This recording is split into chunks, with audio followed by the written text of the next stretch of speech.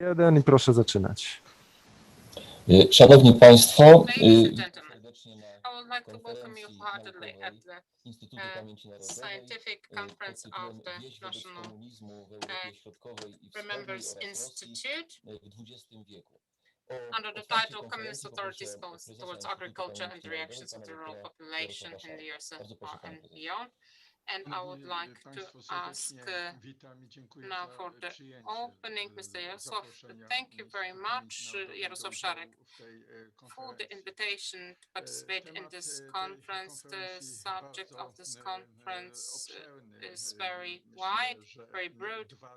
I think that 2 days will not be enough to tackle all themes that are related to this subject. The year 1917 and Bolshevik turnover in Russia has started under the slogans "Land for Peasants." This was in a country without any working proletariat, factory proletariat. In the first months of Bolshevism, that the peasants were the tools of the revolution, which was not in accordance to the Marxist ideology. If we look at the papers of Karl Marx, for instance, peasants are the inhabitants of the villages and they halt revolutions. They are the factor that goes backwards. Can you hear me? Yes, the factor that was the foundation of the old order. This resulted also from history. If we remember the resistance of peasants under French Revolution or the Paris Commune,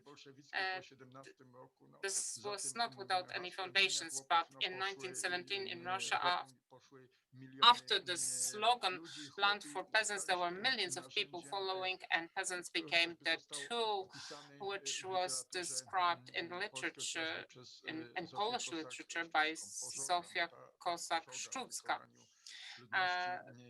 So this was done by the villagers towards the gentry, towards the aristocracy, and this was a fact. But very quickly, peasants dealt with the real dimension of the Bolshevik Revolution, and there was a great resistance, that there were uprisings, peasants' uprising, and a further perspective, those who were ruling in Bolshevik Russia went back to the sources, and there was the death penalty on that class, peasant class. And the example of that were the subsequent years of great terror and great hunger in the villages, which has brought millions of victims and has broken this peasant class and has opened the room for collectivization in the Soviet Union. Actually, individual property in the countryside has been liquidated. It's almost 25 years later that the Soviet Union was entering into Europe. Peasants were the factor of resistance. Yes, at the beginning there were some slogans of agricultural reform, but a few years later there was a brutal collectivization happening and taking away land from the peasants, and the fate of these people who were resisting, like Nikolai Petkov, the leaders of Peasants' Party in Bulgaria, or Iuliu Maniu in Romania, who have paid with their lives, and thousands of activists of independent parties of peasants illustrates this process. The subsequent years, again, brutal collectivization and liquidation of individual farms, individual farming in the entire Soviet bloc. Just a few percent of land remained in private hands in the countryside. So I think that the assumptions of the ideologists of the communist system were implemented. On this background, doświadczenie polskie wygląda nieco inaczej. Można je rozpiąć Polish między... experience looks a bit different. We can divide it in between two moments. This is the year 1920, despite a lot of activities on the side of Bolshevik Russia. The Polish peasant didn't allow to be Bolshevized. So, for instance, Wincenty Witos, a politician, a peasants leader, 1920 in the summer, there was an army of resistance, in 80% coming from, well, soldiers coming from the countryside has stopped the Bolshevik army and has remained silent to the calls of Bolshevik agitators to desert, to fight against officers. Peasants in 1920 in their mass have stopped communists in Poland. And maybe later, this independent Republic of Poland was for them this homeland, this motherland that have brought a lot of bitterness also for the leaders, including Wincenty Witos. Afterwards, the next stage of efforts of fighting communist system after the war, which is personified by the Polish People's Party, led by Stanisław Mikołajczyk, the Peasants' Party that becomes an all-national party at that time that expresses the hopes of millions of Poles trying to push away communists through elections. Of course, the end of these illusions is January 1947, because elections are falsified. PSL, the Polish People's Party, is liquidated. Stanisław Mikołajczyk saves his life only because he escapes from Poland. And then we have the third act in Poland, namely Polish peasants managed, despite great repressions of the 1950s, to stop the process of collectivization. Of course, there are thousands of cooperatives, but in 1956,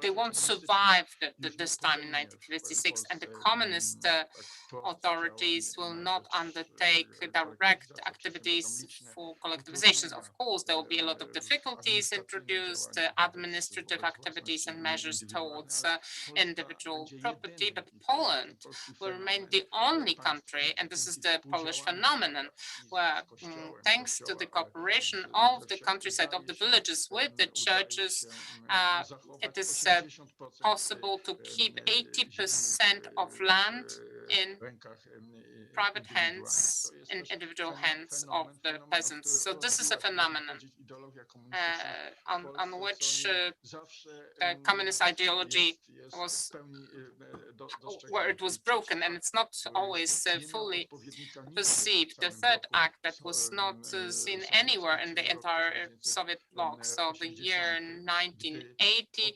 when during the meeting of PSL, and the Polish village organizes itself. There is their own representation. The independent self-government trade union of farmers, and the system, the communist system, breaks off because of that.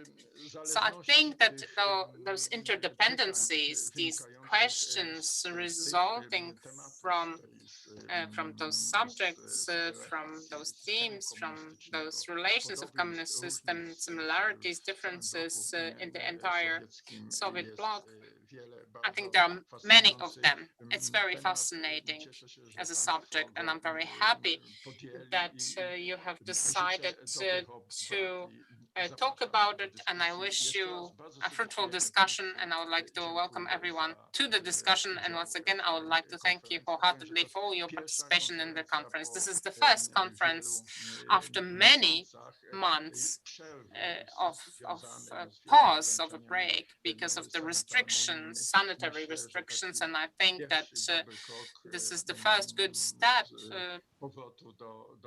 towards returning to normality. So thank you very much once again, and I wish you all the best. Dziękuję bardzo panu prezesowi. Thank you very much, Mr. Mirosław. Ladies and gentlemen, today's conference is organized as an international conference and as a conference comparing the attitudes of peasants towards communist authorities and communism as such, as an ideology and a political system. Ladies and gentlemen, we would like this conference to be organized as discussion panels. And therefore, it will consist of 4 panels. The first one is the panel devoted to the policy of communist authorities towards agriculture and the peasants in Russia and in the Soviet Union, and the reactions of the rural population to that policy. And this will be moderated by Dr. Mirosław Szumiło from the Institute of National Remembrance and Marek Curie-Skłodowska University. The second panel will be devoted to the subject of attitudes of peasants or the rural areas towards communism in the Central and Eastern Europe after the end of the Second World War. And I'll have the pleasure to chair this panel. We will have foreign guests, international guests, panelists at this panel. And the third panel, which will happen also this today, will be devoted to the rural areas or to the villages in Polish state and society after the Second World War under the communist regime. And this is going to be chaired by Dr. Marcin Wyszyński from the Military University of Aviation. And tomorrow we'll have this last 4 panel devoted to repressions and the resistance in the countryside in the People's Republic, chaired by Dr. Sebastian Piotrkowski from the Institute of National Remembrance. These panels were set up in this way to show the phenomenon of attitudes of Polish parents towards communism on the background of other countries, Eastern Europe and Russia, and this is how we would like to look at those phenomena. We want to compare it all, and the panel discussion is supposed to enable the exchange of ideas and opinions and the message of scientific contents to non-scientific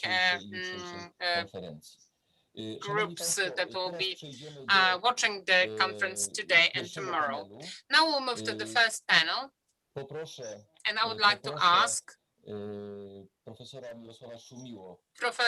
Mirosław Szumiło to take the floor and to moderate this panel, to chair this panel. You have about 2 hours to discuss all these issues. Please take the floor. Szanowni Państwo, Thank you, Director. tak jak Ladies and zostało gentlemen, tutaj as it was wspomniane mentioned already by zaznaczone przez dyrektora Director Marka Wierzbickiego, Marek na pierwszym Wierzbicki, panelu będziemy rozmawiać o polityce during our władz first komunistycznych panel, we are wobec discussing the rolnictwa, politics też of the communist wsi i regime reakcji vis-a-vis ludności wiejskiej w Związku countryside Sowieckim, ale and nie people's tylko przede wszystkim. country Właśnie bardzo ważnym population elementem będzie and the tutaj Soviet Russia. rozmowa na temat Not only, however, the very important element of wiedzy, this discussion informacji, will jakie w be ogóle the przenikały ze Związku information that Sowieckiego na actually zewnątrz, came szczególnie do from Polski, the jakie Soviet były też Union reakcje na to Poland and na other te countries, and tragiczne what the wydarzenia właśnie w reactions Polsce. towards the tragic Zacząwszy events in też przodu Poland powiedzmy od were. roku 20, So bo już starting na from the początku polscy chłopi 20s zaczęli of się the z last century, bolszewikami w because jakiś already sposób, ale then potem the mamy doświadczenia peasantry lat 30.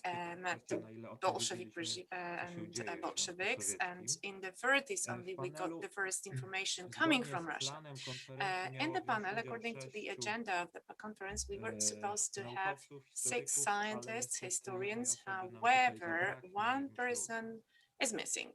krótko usprawiedliwić. So Pan profesor let me Przemysław explain, Waingertner Professor z przyczyn Przemysław osobistych, Waingertner, due to some dosyć poważnych, personal nie może wziąć reasons, udziału w dzisiejszym panelu. cannot participate in this panel today.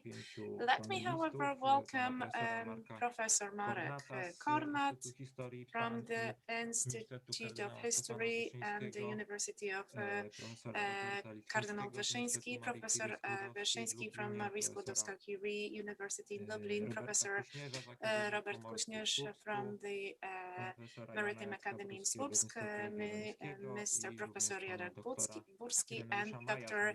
Ireneusz from Jagiellonian University. I też troszeczkę musieliśmy zmienić We had to porządek tutaj change dyskusji the ze względu na to, agenda że również pan and profesor the sequence of the Kornat ma, discussion due to the fact that Professor Kornat, tak się złożyło niefortunnie, unfortunately, ważne uroczyste wydarzenie na Uniwersytecie has to Jagiellońskim, participate in other important celebration at pedagogicznym, gdzie w tej chwili przebywa w Krakowie i w związku z in tym Kraków, zabierze głos jako pierwszy, and chociaż therefore he jakby will chronologicznie take floor as tematyką the będzie first wybiegał speaker, naprzód even though in terms ale of też będzie to pewien rodzaj timeline, wprowadzenia he do will dzisiejszej actually dyskusji, bo be profesor nam tutaj przedstawi jakby tą introducing takie the certain, wprowadzające he will present the introduction for zapojenie the dotyczące discussion. eksperymentu sowieckiej kolektywizacji Experiment of the Soviet widzianego collectivization seen Prosimy by bardzo. the external experts.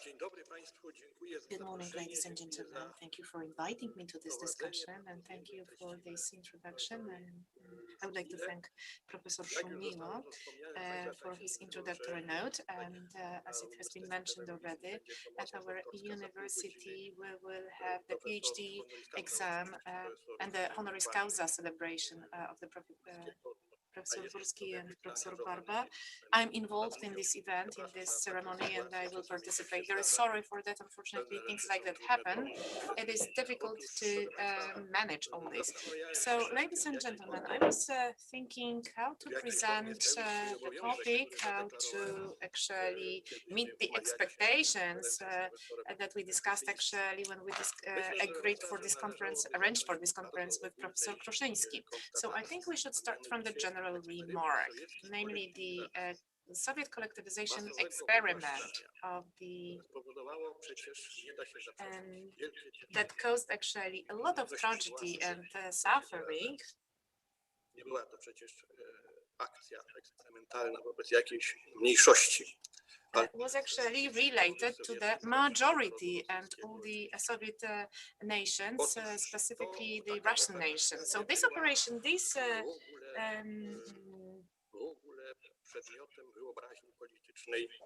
this operation was not even the topic, subject of the political imagination of anyone before that, before all this expropriation started. So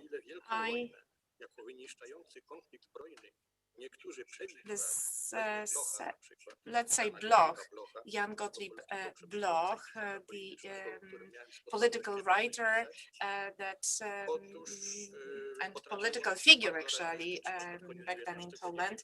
Already at the 19th century, he realistically imagined actually everything, and however, he was not able to imagine this action that Stalin started. So, ladies and gentlemen, wydarzenie to było This event, this expropriation was unprecedented, and it was perceived as something completely new. In the period between the wars, polskiej myśli sowietologicznej, ale nie tylko, były generalnie trzy postawy. There were like three attitudes visible, separate attitudes vis-a-vis the process, and I think this expropriation act should be actually called the process. So first of all, the first attitude, the first approach was deeply rooted in the Polish historical thought.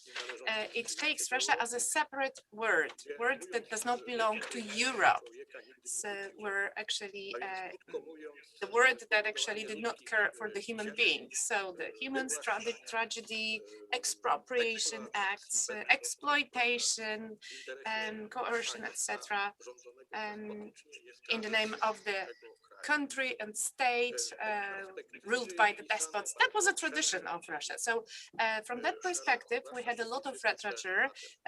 So it was broadly discussed, and the topic of collectivization was perceived, therefore, as yet another proof, piece of evidence of the Soviet despotism, the continuity between the Tsarate and new Russia. So that was also supported by other arguments about the tradition of the collective ownership of the land in Russia and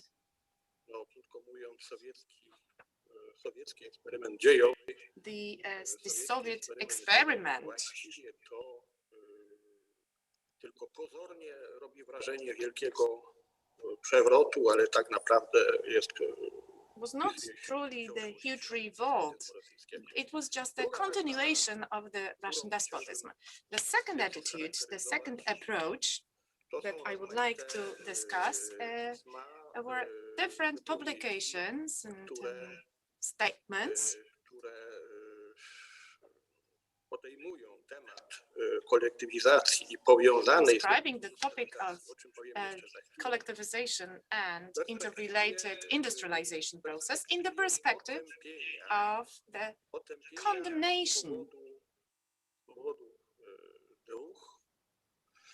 due to two reasons. The first reason is the criticism from the ethical position. That's what I've mentioned already.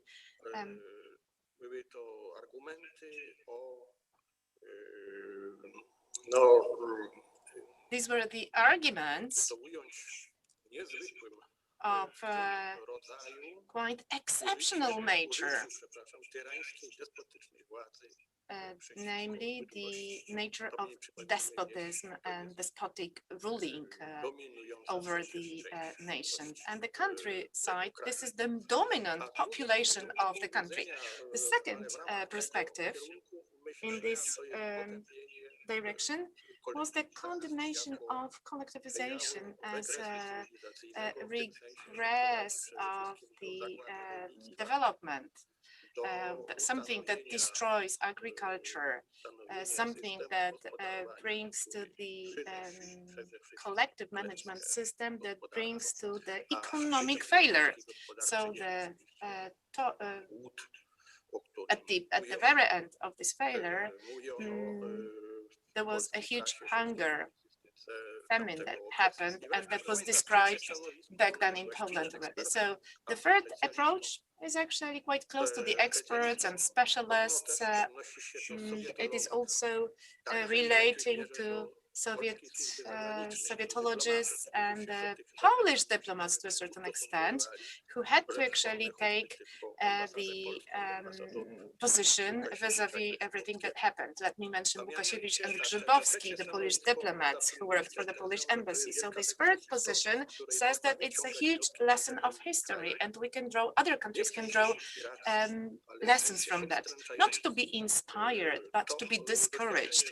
And this Soviet experience should be construed as the example of using socialist slogan to create despotism that has never been experienced by the world, and it should be assisted by analytical approach that does not exclude certain positive elements. Let me remind you, Witold Staniewicz, who wrote about the positive aspect of, as he believed, the machine production application in agriculture. Let me mention that he dealt with the topic of modernization of the Polish countryside. He was actually the Polish patriot and a huge expert of the agro-economy, and there were some minority voices, and I've discussed and described that already in my previous publications. So, ladies and gentlemen, these were the three directions. Let me say that the third actually direction does not need to actually be in the contradiction with the first one, talking about the uniqueness of Russia as the separate word. The Lithuanian politician Stanisław Stasys Pozoraitis, the Minister of Foreign Affairs of that country, who in the 1935 discussed with Minister Beck in Geneva, said, and it's actually worth to remember today, he said actually to the British diplomats, and that it's still there in the British archives, he said that in the 1970s there was the political revolt in Petrograd, and only a few revolutionists, professional revolutionists, actually got to the power by force, and the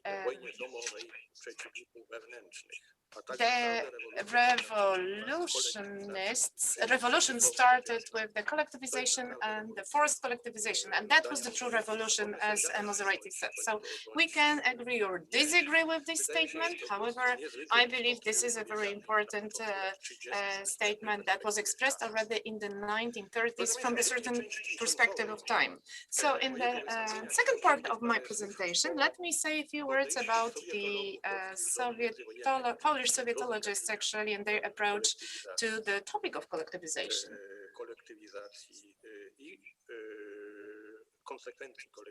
And the consequences of collectivization as well. So let me remind you again, collectivization is the precondition of industrialization. Industrialization, this is a result of the process of collectivization using the despotic apparatus of the state. So the conclusions of the Polish Sovietologists require further analysis. They boil down to the most important thesis. First of all, let me stress that industrialization was perceived, industrialization of the Soviet Union was perceived as the mean of the powerful promotion of this country, because the Polish Sovietologists believed it was a huge achievement of that state, whatever we may say about it. So the possibility of the mass production of weapons, that was something incredible. It was not possible to buy a weapon, specifically in Russia back then. That was not possible for them to buy weapons. So creation of the military complex was a result of industrialization process top-down industrialization achieved by Stalin. The second conclusion is that everything was said actually at the cost of the exploitation of the Soviet peasants. German-Israeli historian Dan Diener published recently an article. In his article, he was brave enough to say that if we compare the scale of repressions that were used by Soviets during collectivization and industrialization, so if we compare that bit, the repressions of the Hitler vis-a-vis ethnic Germans, that was nothing. Hitlerism was actually liberalism if compared with the collectivization in the Soviet state. So I was even surprised that Gazeta Wyborcza Daily published such article last weekend. So briefly speaking, ladies and gentlemen, this is the second conclusion. The exploitation process, exploitation of the peasantry, of the countryside in Russia. And the third conclusion is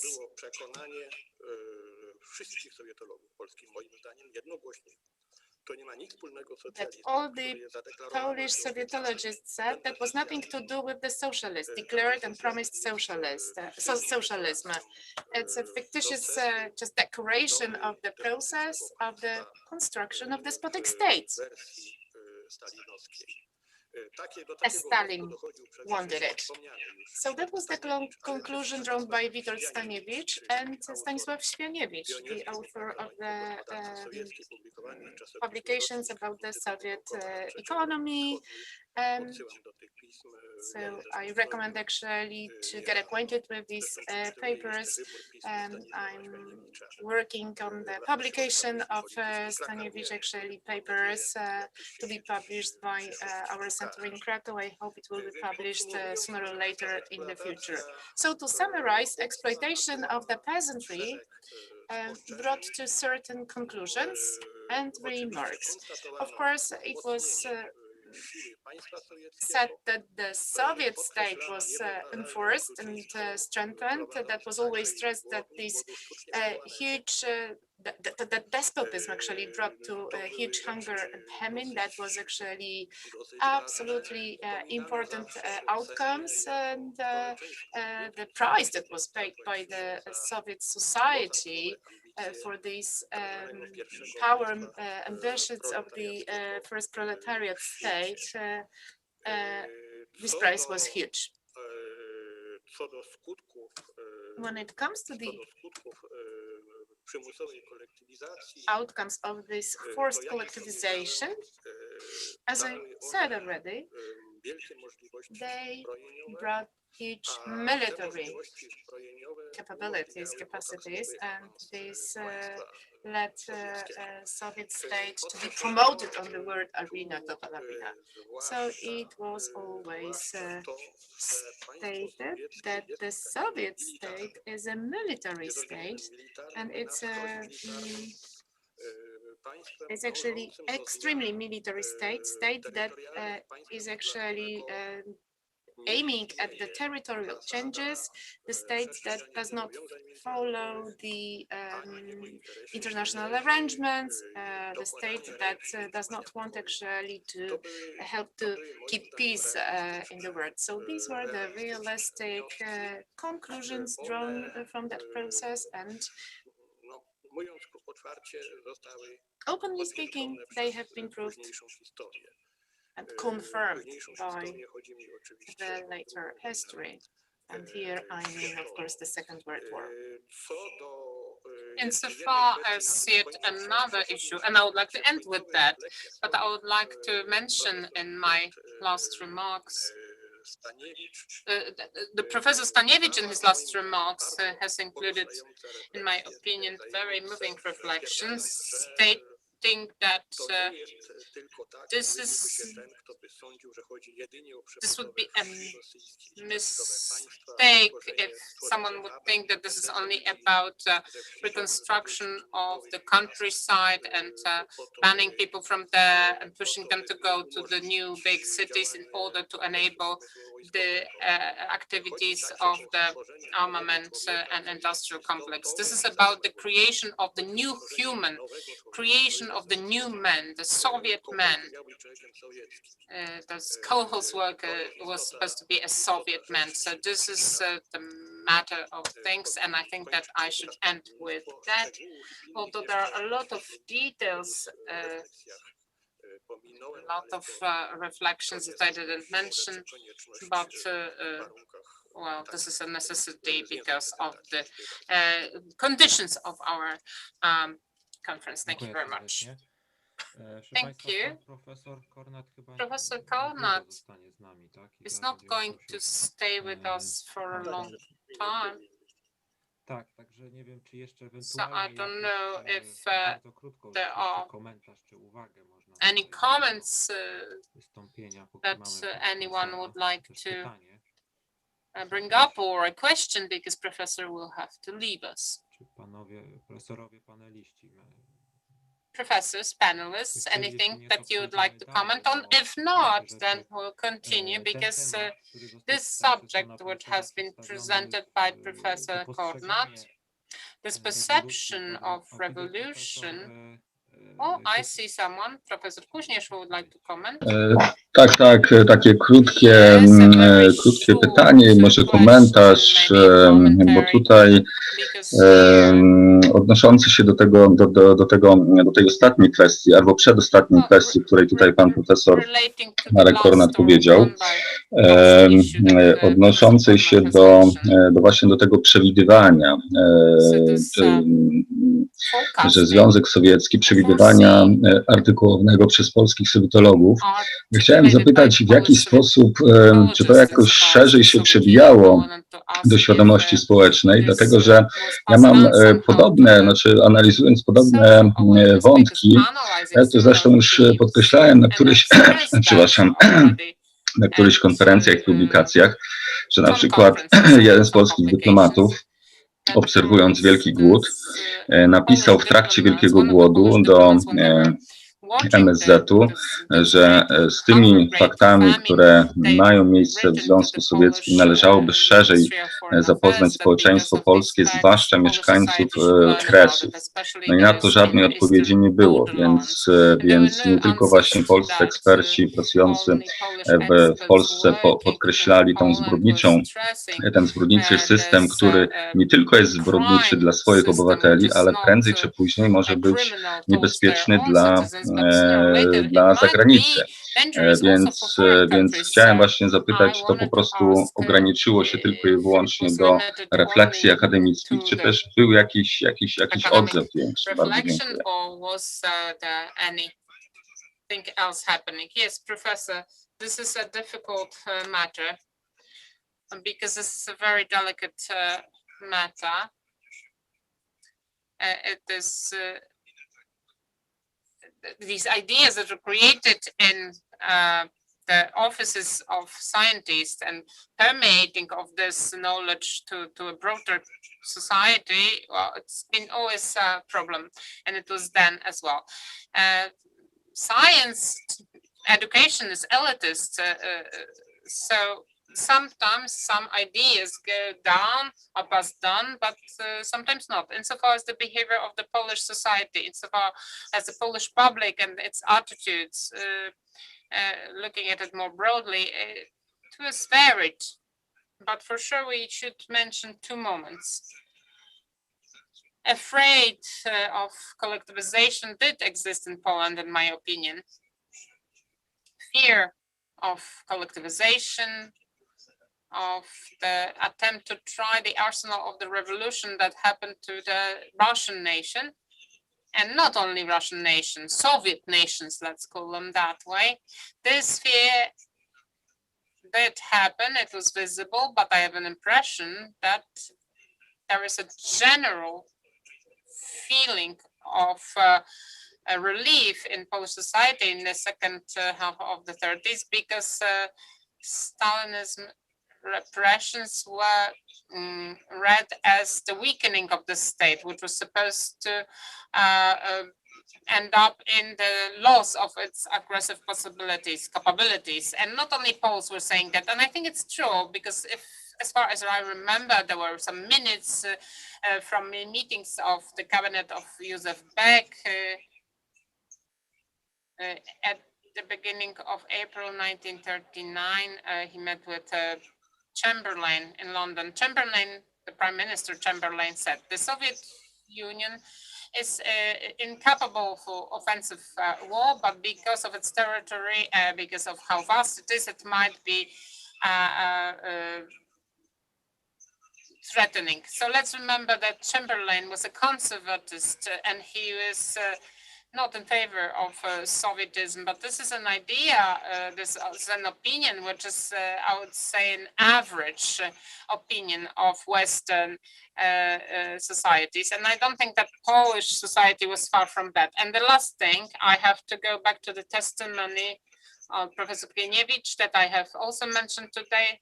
Professor Świeniewicz was writing how he was sent, we don't know exactly what for, but he was sent to a conference or he participated in some meeting or some Ph.D. thesis at the university in Kraków. He doesn't list the names of professors, but he was talking to the law professors, of course, and he heard that Russia has such a vast territory that it doesn't need any new territories, because this is a country we can count on a modus vivendi. So such opinions were expressed also ex cathedra, meaning from the university. But how much did characterize the attitudes of Polish intelligentsia? It's difficult to evaluate. So, for sure, there was a strong fear against communism in Poland. The experience of the 1930s, for sure, if I may say so, it has vaccinated Polish society. And the second thing, the conviction that Russia has weakened, and especially its offensive power, and the conviction that Russia has enough territories, enough land, and that there is a compromise and we shouldn't expect any threat from over there. But all that has been verified in 1939 in a negative way. Thank you. Thank you very much. I know that Professor will have to leave us now. So this subject will come back in the second part of today's discussion. Also in Professor Bruski, Dr. Mai. This is dominating here because we look at it from the Polish perspective at these events in the Soviet Union. And now we go back to the beginning. And in the next two parts of the discussion, we should present Bolshevik policy towards peasants during the revolutions, afterwards the period of collectivization. But first the revolution, and I'm gonna ask Professor Robert Litwiński, and I'm gonna stress at the beginning that all panelists have up to 15 minutes to present their intervention, and afterwards we'll have time for discussion after every single intervention. Do we have Professor Litwiński with us? Yes, I am here. Can you hear me? Yes, please. I'll try to stick to 15 minutes, paying attention to a few elements. First of all, the program at the beginning of the century,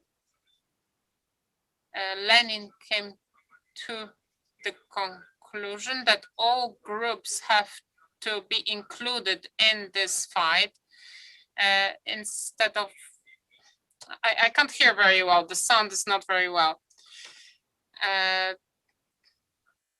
This is why based on observations of the behaviors of Russian peasants at the beginning of the 20th century and appreciating their participation. I can't hear very well, I'm sorry. He came to the conclusion that the peasant is a natural but the temporary ally of a worker, industrial worker, and to win him we had to go beyond the official agrarian program, promising peasants a bit more. The greatest paradox of the October coup d'etat was that the objective was the dictatorship of the proletariat in a country in which workers, together with craftsmen, were at best 10% of the employed. The majority were peasants. And this was obvious. And in this decree about the land, they had to adapt to that. There is no discussion about the fact that in Middle Russia, peasants were very satisfied with this decree because it fulfilled their eternal dreams. Another issue is if this has improved the economic situation of Russian peasants, and if it did bring any benefit to the entire country. Of course, we know that the property can be divided. In case of the areas controlled by the Bolshevik, it was difficult to find the appropriate number of shares in land. Even in the areas controlled by the Bolsheviks, taking care of a just division was difficult because a peasant was not willing to share it with anyone. It's estimated that land was not divided equally. Many communities didn't receive any land. Some received agrarian land in very unequal proportions. Peasants were very skeptical about it because they heard that the new government intends to introduce corrections with time. In 1918, there was a decree about the land. It was supposed to be only temporary, so they were wondering how long they'll be allowed to keep this land, and they've decided to behave as if it was supposed to belong to them only until the next harvest. The main beneficiaries were those who already in 1917 had some shares in the community land. A big part of those peasants who in 1917, 1918 were coming from the cities to the countryside realized that were excluded or forced to get worse type of land. Same with those peasants that were left with no land at all. We could say that richer peasants ziemi nakazywały radom wiejskim otaczanie szczególną troską chłopów bezrolnych. They were supposed to take care of landless peasants. What's important is we should stress another element. Losing economies because of the devaluation of money, it's difficult to say that they were getting the land for free. It's not true that that Russian peasants received some land for free. In spring 1918, the community is divided among their members. I'm sorry, I can't hear all the words. There was not much left to be divided. As I've mentioned, the decree, the land decree, wprowadzane podczas przewrotu październikowego nie słyszę. oraz miesiącach bezpośrednio po nim bolszewicy uważali za rozwiązania przejściowe. So other means were believed by Bolsheviks as temporary solutions. If only the situation changed, the cooperatives would be expropriated and changed into and managed by the state. However, and that actually, this was not actually a secret. In the 1918-1919, the Soviet government confirmed that collectivization must be the fact. According to Lenin, by then, it was necessary to strengthen the state control over the supply of food. And second of all, it was necessary to create the communistic power in the countryside, starting actually the fight against the countryside. The Bolsheviks actually were acting in the name of the false targets, false objectives. Of course, the true objective was to bring to an end of the October upheaval and subordination of the peasantry. However, such slogan would not be supported. Therefore, the campaign against the countryside started to actually receive food from the kulaks.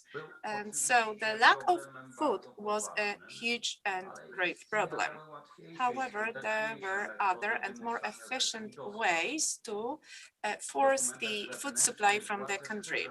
In the internal documents, the government said that the food supply was the secondary goal. The primary goal was the political one. So in other words, the forced food supply was supposed to mask the political actions that aimed at introduction of Bolshevism in the country and to instigate the social conflicts. So in fact, we were talking about the mechanism of the managing the Holodomor that was described by Górne. Trzeba pamiętać, że w przedrewolucyjnej Rosji większość żywności napływającej na rynek pochodziła bądź z wielkich majątków ziemskich, bądź z gospodarstw zamożnych chłopów. Jedne i drugie zatrudniały siłę najemną.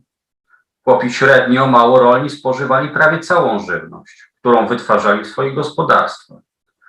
Konfiskata i rozdział między wspólnoty całej ziemi szlacheckiej i znacznej części gruntów należących do chłopów jako własność prywatna, a co gorsza zakaz zatrudniania siły najemnej, choć w dużej mierze nieprzestrzegany, zlikwidowały główne źródło zaopatrzenia ludności nierolniczej w żywność. Wraz z cofaniem się wsi rosyjskiej do samowystarczalności, głód zaczął zaglądać w oczy społeczeństwu. Nawet w tak niesprzyjających okolicznościach chłop mógłby wyżywić mieszkańców, gdyby bolszewicy, kierując się, jak się wydaje, głównie względami politycznymi, nie pozbawili go bodźców do zdobywania nadwyżek. Ratując się przed głodem, ludność miejska masowo uciekała z miast. Wśród uchodźców było wielu chłopów przybyłych do miast w latach wojny w poszukiwaniu pracy w przemyśle zbrojeniowym. W konsekwencji zwiększa się nam jeszcze bardziej liczba ludności wiejskiej, zmniejsza liczebność tego tradycyjnego proletariatu. O tym, że bolszewicy zdawali sobie sprawę z politycznych korzyści, jakie przynosił głód, świadczy chociażby ich odmowa złagodzenia go w jedyny możliwy sposób przez robienie tego, co uczynili w 1921, kiedy byli już pewni swojej władzy w Rosji. To jest poprzez przywrócenie wolnego rynku zbożowego. Cytując z pamięci słowa Swierdłowa, So quoting Swierdłow's words as of May 1918, we should say that the Bolsheviks were aware of the fact that the Soviet power is sufficiently strong in the cities.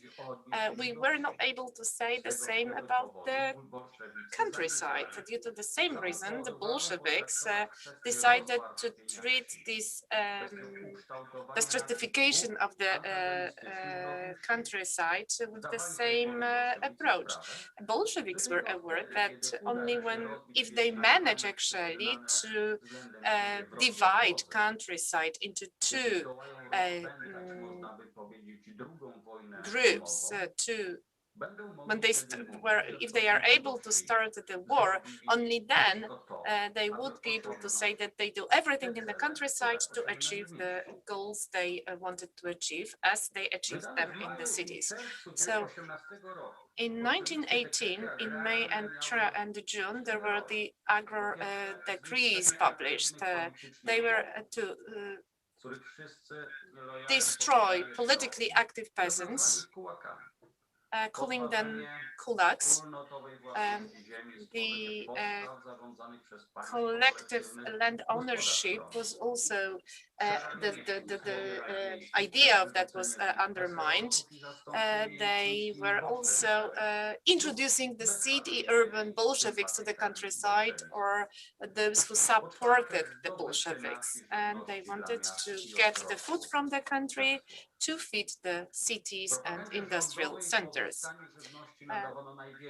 Of course, the food was the most important factor, but in the Bolsheviks' plan, it was not that important. When everything has finished, it turned out that the amount of food that was actually taken from the countryside was quite insignificant, and the political aspects were completely of a different nature. So the peasants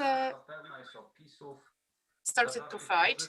There were a lot of descriptions and publications about the fights between the military forces and the peasants. There were some revolts of kulaks mentioned, and however, the resistance was just the protection or attempt to protect the ownership of land.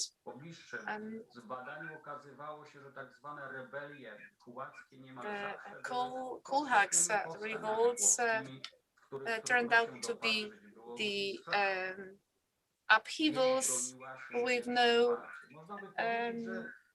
social discrepancies. So there was a mechanism that actually happened in the Hungarian Republic, where the same tool was actually attempted to introduce by Belagu. So, of course, Bolsheviks were not interested in the needs of the cities. They had no idea about the layers of the societies. They only have seen the peasants who were coming actually to the cities trying to get their food. So back. So in the cities, the cities received only insignificant amount of food. These insignificant amounts of, or the food that was actually taken away from the peasants, that was the food used by the Bolsheviks. So this politics brought to a huge level of disorientation and anarchy. People felt actually released from all the obligations vis-a-vis the state. The peasants were promised to have the land.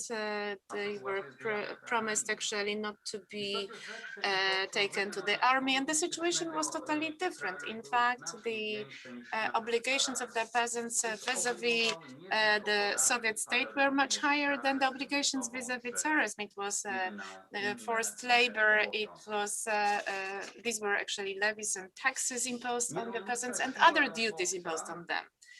the labor force actually decreased by half vis-a-vis the times before the October upheaval, from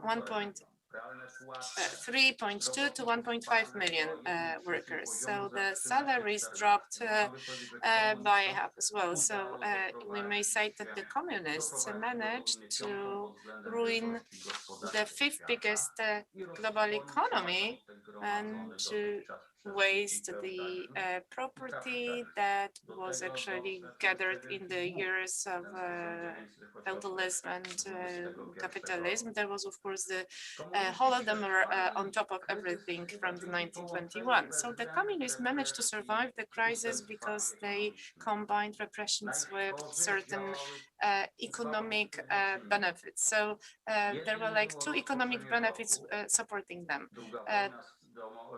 The enemies that were actually fragmented. The Second World War consisted of many small upheavals. There was no clear agenda, spontaneous revolts that did not actually hamper the Red Army that was better and better equipped and managed. So the second aspect related to the fact that the peasants were not able to create an political alternative as they were not thinking in these political categories. So the typical peasants mentality, saying that the government cannot be changed, survived through the revolution, maybe besides the Antonov's action. So the peasants and the workers were not happy with the Soviet politics. However, they did not understand actually what the government was about and what they did. So they did not get these relations.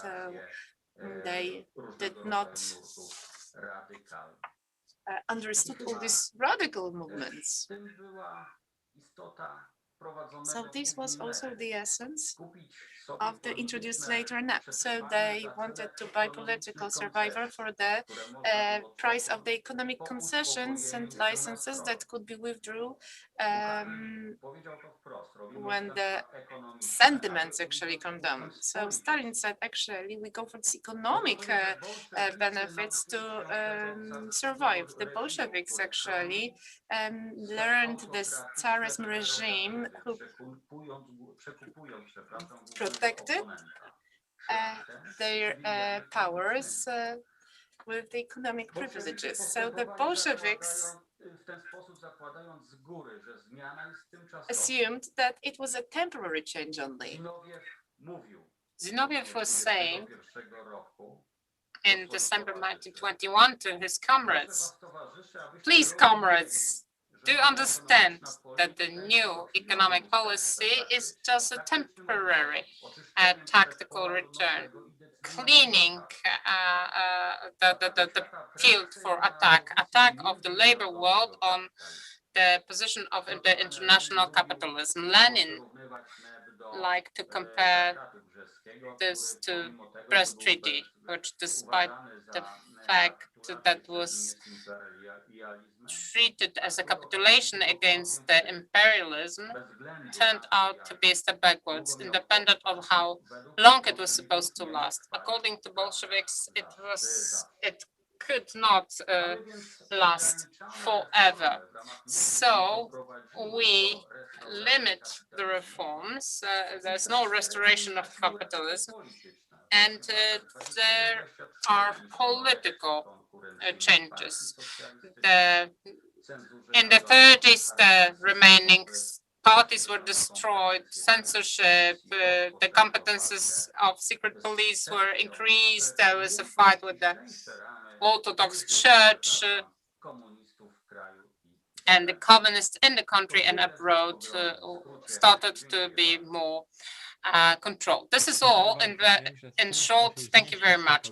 Thank you very much. I understand that it's difficult to fit into this very limited time, but it was quite concise presentation of a very broad problem. Thank you for that. And I think that we can devote maximum 10 minutes to any comments. Uzupełnienia ze strony innych panelistów.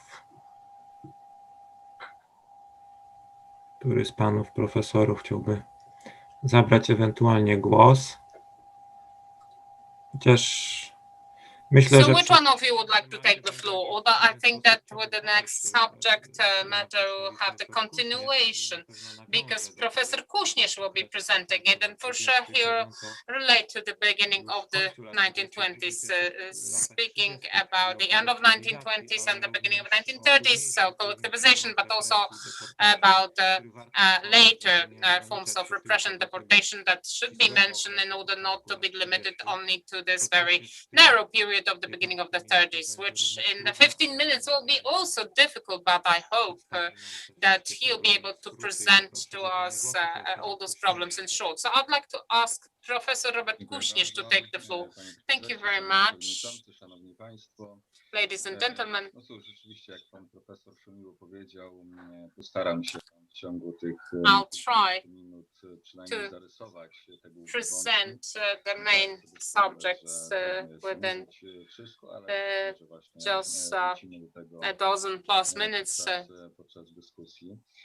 It's difficult to do it, but I hope that we'll go back to that during discussion. I'll start. Litwiński by tutaj zacytował, znaczy z słowami NEP, czy nowa polityka ekonomiczna nie mogła trwać wiecznie. No i rzeczywiście ona wiecznie nie trwała. Ona trwała tylko zaledwie kilka lat, dlatego że w roku 29 została de facto lasted only for some years, and the mass collectivization started. This period,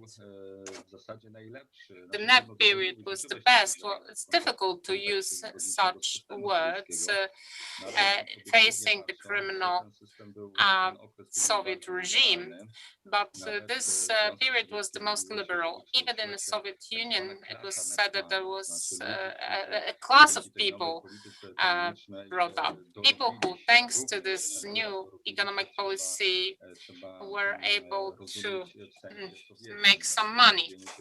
In the Soviet sense, it meant that a peasant had not one but two cows or some other animals. And in 1929, collectivization starts. Collectivization, and I'm going to relate to Professor Kornat said at the very beginning. Namely, we have to remember that in 1929, this gigantic revolution starts not only in the countryside, but also in the industry. Industrialization starts. Industrialization of the country. In order to industrialize this backwards country, they had to build factories, big enterprises, buy licenses, and once it was done, they had to have someone to work in these enterprises and maneuver those complicated machines. So in other words, they had to have money. How Soviet Union was supposed to get this money? Well, the main or very important source of funding was the export of grain. Russians or the Russian authorities didn't export crude oil or weapons. So not only I agree that collectivization was ideological because it was about liquidating the capitalist element in the countryside, as it was stressed very often, but it had practical dimensions. The Bolsheviks were assuming that from one big farm, cereals can be collected in an easier way and simpler way, faster way compared to small farms. And they had some reasons for that. Because in the years 1927, 1928, 1929, there were problems all the time with the purchase of grains, resulting from the fact that Bolsheviks were offering very small prices in their state collection places. So in 1927, it was 7 rubles, while you could sell 10 for 10 rubles on the free market. 2 years later, So 1929-1930, the price in went up to rubles, but on the free market you could get over 36 rubles. So already in 1928, the Bolsheviks had to do a compulsory confiscation of grains. So at the end of 1929, Stalin is overcoming his last real enemies in the communist parties, and there is a fight, a big fight with the peasantry. There was an article of Stalin published in the Pravda Truth newspaper, and he called it the year of the great breakthrough or great upheaval. And in the article, he wrote that very soon the peasantry in the kolkhozes will achieve great abundance, and this is going to be a breakthrough. So he was proclaiming in that article that the collectivization will lead to the liquidation of poverty, which, according to Stalin, still existed in the countryside. So 3 years later, what Stalin said was included in the decision of the political bureau, and the massive collectivization started from that moment on. Using the example of Ukraine,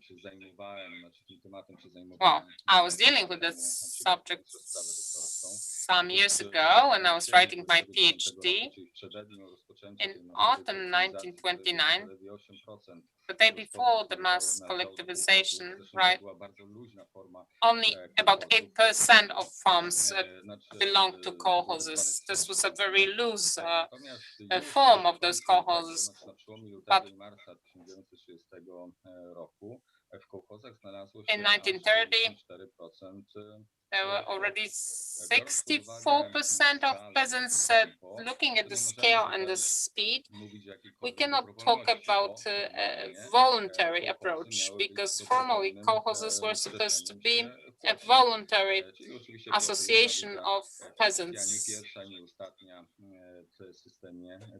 Of course, this was done by force, and this results from Soviet documents, and not only, also documents of the Polish Foreign Services, that peasants were forced to go there. There were rapes, there were murders, intimidation, mass intimidation. Of course, the elections or voting for kolkhoz, this was a fiction. If there was a Soviet activist, he was always ending, or often ending, his speech after presenting the Soviet plans about the creation of a kolkhoz. He was saying more or less like that: who's against the kolkhoz? Let's vote. Let's vote against the Soviet authorities. So, well, it was obvious that nobody would put their hand up. So this is how they assumed that peasants agree for collectivization. What was the reaction of the peasantry? In the first period, they were very unwilling or even aggressive insofar as these plans. Insofar as Ukraine at that time, there were 4,500 armed conflicts because of these reforms that were forcing them to collectivize. Over 650 people were shot dead. 3,500 people were sent to the camps. So there were also other forms, like burning their own farms, burning the kolkhoz farms. There is a mass proceeding of killing horses and cattle. There was a simple logic among the peasantry. Since the Bolsheviks are supposed to take the animals to the kolkhoz where they will be stolen or they'll die, which was happening quite often actually, they were assuming that it's better to kill them now and hide the meat somewhere for the difficult times.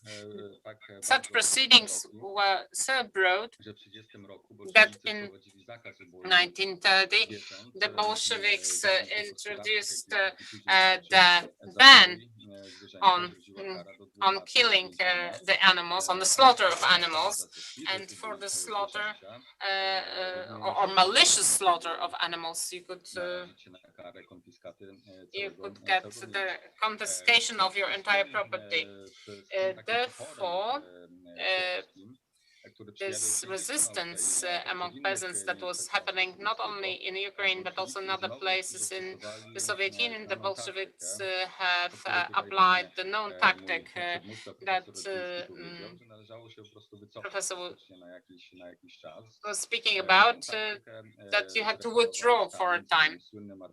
Stalin had this famous article published in Pravda in March 1930. The title of that article was very symptomatic, and that your head is spinning from success. So in this article, Stalin has stressed that, of course, the path of a kolkhoz, the path which is supposed to collectivize farms, is right, but some comrades that were implementing these objectives in practice were so delighted with this path and this concept that their head was turning from the success, and this turning heads made them forget about basic things, like, for example, the fact that you're supposed to create kolkhozes not based on this being compulsory, but it should be voluntary. So there was a famous or typical path applied by Tsarist government that comes down to the good Tsar and bad boyar. So they were responsible for intimidation and murdering, but it was not mentioned that there were instructions that required a certain percentage of collectivization.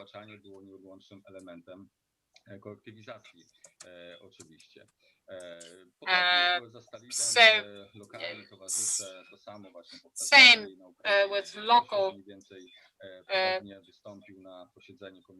comrades like Kościor at the meeting of the Central Committee.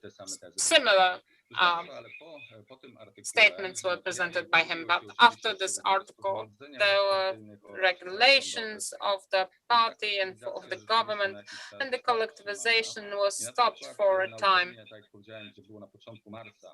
In the Ukraine, at the beginning of March, there were 64% of farms in the kolkhozes. Some months later, in the fall, there were less than 30. But the Bolsheviks didn't give up on their main objective of collectivization, but they started to do it in using different means. So it was not compulsory. This was not because of repression, but they decided to hit from the other side.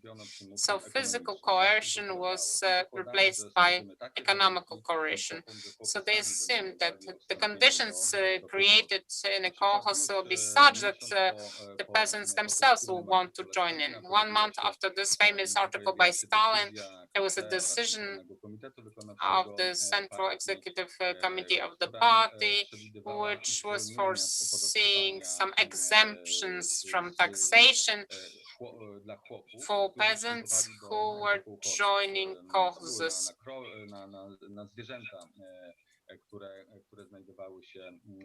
So this was for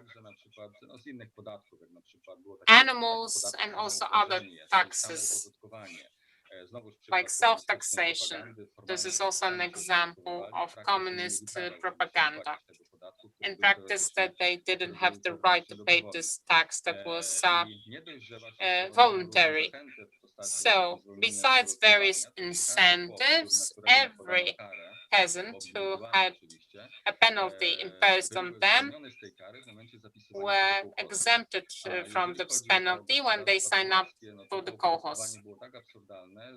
The taxation was absurd, and sometimes these taxes were twice as high compared to the income of the farm. So it was obvious that such a farm sooner or later will be joined into the kolkhoz. So less than a year later, this percentage of collectivization returned to the situation at the beginning of March 1930. The Bolsheviks officially proclaimed the end of collectivization in August 1931. The percentage was 68–70%. Of course, this didn't mean that the collectivization didn't continue, but they proclaimed the success, saying that it was finished or ended.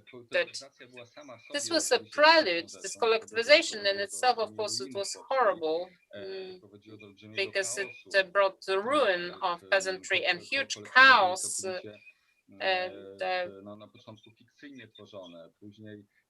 This, at the beginning, it was very fictitious insofar as the creation.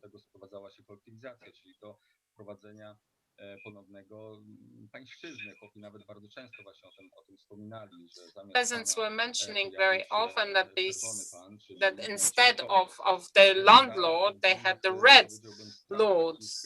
So there was the moral fear. They took their land and they've transformed them into a kolkhoznik. Anyway, collectivization was only a prelude to the upcoming events, much worse events that the peasants actually experienced in the 1932 and 3. That was this huge famine that happened. It is also often called in Ukrainian language Holodomor. So Holodomor means to die of hunger. So the direct reason for hunger, bearing in mind, of course, the ruin that was actually caused by collectivization.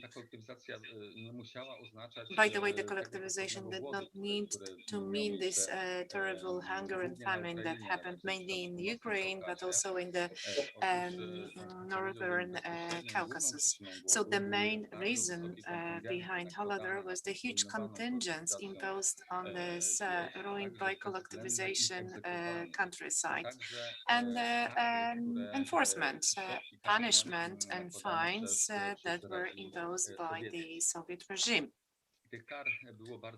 So there were many fines, and we have to remember one more thing as well. When the Soviets imposed the contingents, there was a huge, very high ratio of loss in grains, 30–40%. That was the official Soviet data. So more than 1/3 of the grain collected yield actually got rotten or was actually stolen, and the contingents must have been realized, and that was the superior goal of the Soviet regime. So briefly, let me mention just one legal act that led to, as Stanisław Kończycki, the Ukrainian expert said, that led to the famine that actually was transformed into the huge Holodomor. Decisions taken by the Ukrainian Politburo, political office, actually the act that entered into force with the support of Molotov. Molotov was sent by Stalin to Kharkov, the capital of the Ukraine. And what kind of decisions these were?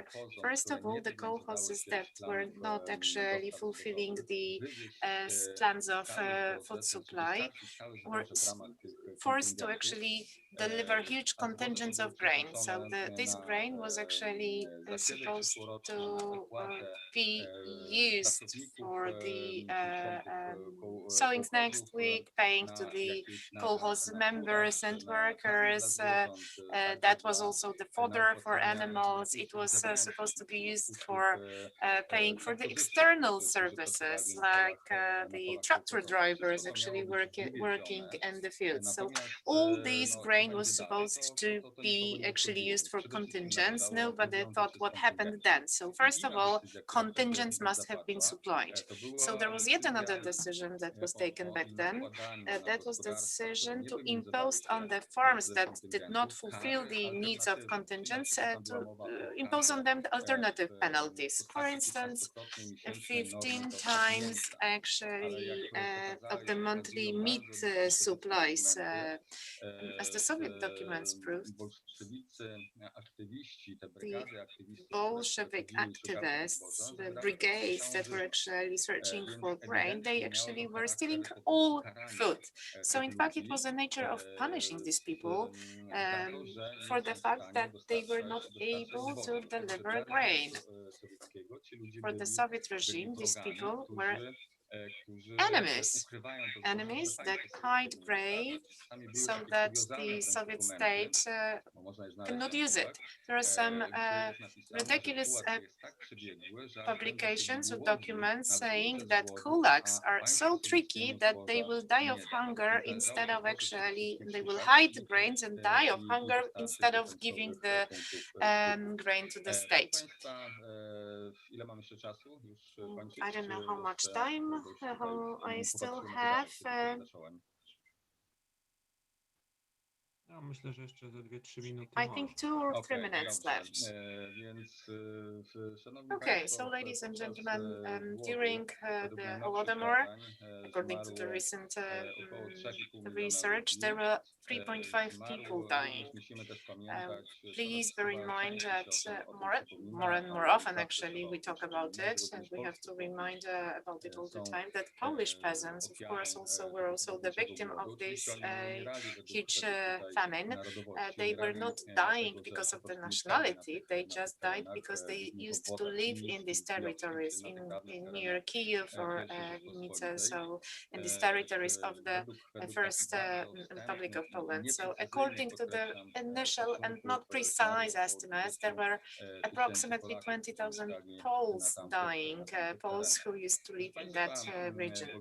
So ladies and gentlemen, the Bolsheviks, well, of course, the Holodomor was the greatest crime of the Bolsheviks, crime that actually killed a few millions of people over a few months only, because the mass destruction actually started at the end of 1932, beginning 1933, and actually the peak was actually reached in spring. Why in spring? Because the peasants ate everything that was eatable or not eatable, and the spring was not ready yet actually to feed them with new products. And I remember one quotation of a person who survived the famine many years later.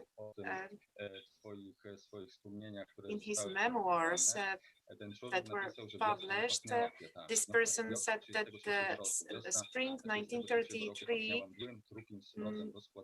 that was the spring of the with the smell of the dead bodies, not the smell of flowers. After this Holodomor, the repressions, Soviet repressions vis-a-vis the Russian countryside did not stop. They, of course, were not of this mass nature anymore. In the beginning, these were repressions addressed at the specific national groups, ethnical groups, and so-called uncertain people. So in the 1935 and 6, there were these huge deportations, the deportation to Kazakhstan, when 15,000 families were deported. 11,500 out of these 15, these were Polish families, and deportations to Kazakhstan were actually surpassed by some other deportations. There were 4 waves of deportations in 1935-36. So Poles, Germans, representatives of other nations have been deported to the areas that were depopulated because of this huge hunger and Holodomor. So let's also remember this Kulak operation in 1937-1938. This was this huge 437 operation. This was the number of the decision and the order signed by Jeżów. That was the most bloody actually action in terms of number of murdered people. Over 770,000 people were repressed, and more than half were actually shot, and not all of them were kulaks in this group. However, of the people from so-called old system who were not actually undergoing repressions, the criminals actually were repressed as well. So it was just like killing the so-called kulaks, and many people who were murdered. These were people who, after collectivization, returned to the state. So those who were deported to Kazakhstan or Siberia in the 38, they came back, and they were actually, as a result of this operation, they were killed. So as of 1938, the Soviet politics actually was marked with many crimes on the country people. So thank you very much for your attention. Sorry for speaking for such a long time. Thank you, Professor. Ladies and gentlemen, according to the information that I get, we still have some time for a further discussion. I see some hands raised. Some participants would like to say something, to make their interventions. In the worst case, we will prolong the panel. So first, Professor Jarosz raised his hand. Thank you very much. So I have the following questions. We may say that the collectivization methods applied in the Soviet Union, they were more or less similar in all the regions and territories of the Soviet Union.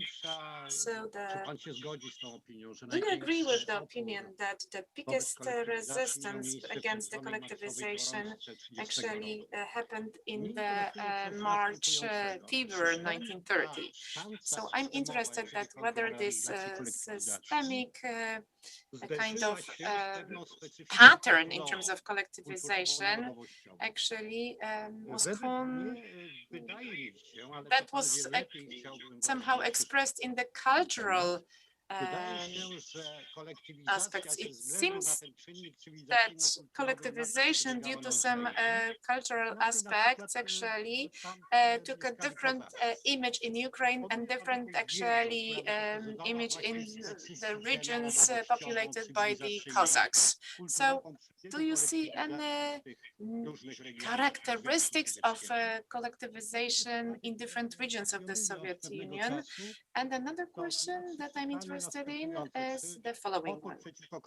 Resistance against collectivization, did it have a gender in the Soviet Union, the women's upheavals and resistance movement? Was it a way to organize actually, to organize the resistance against Bolsheviks? So we would kindly ask for a short answer. Well, when it comes to your first question,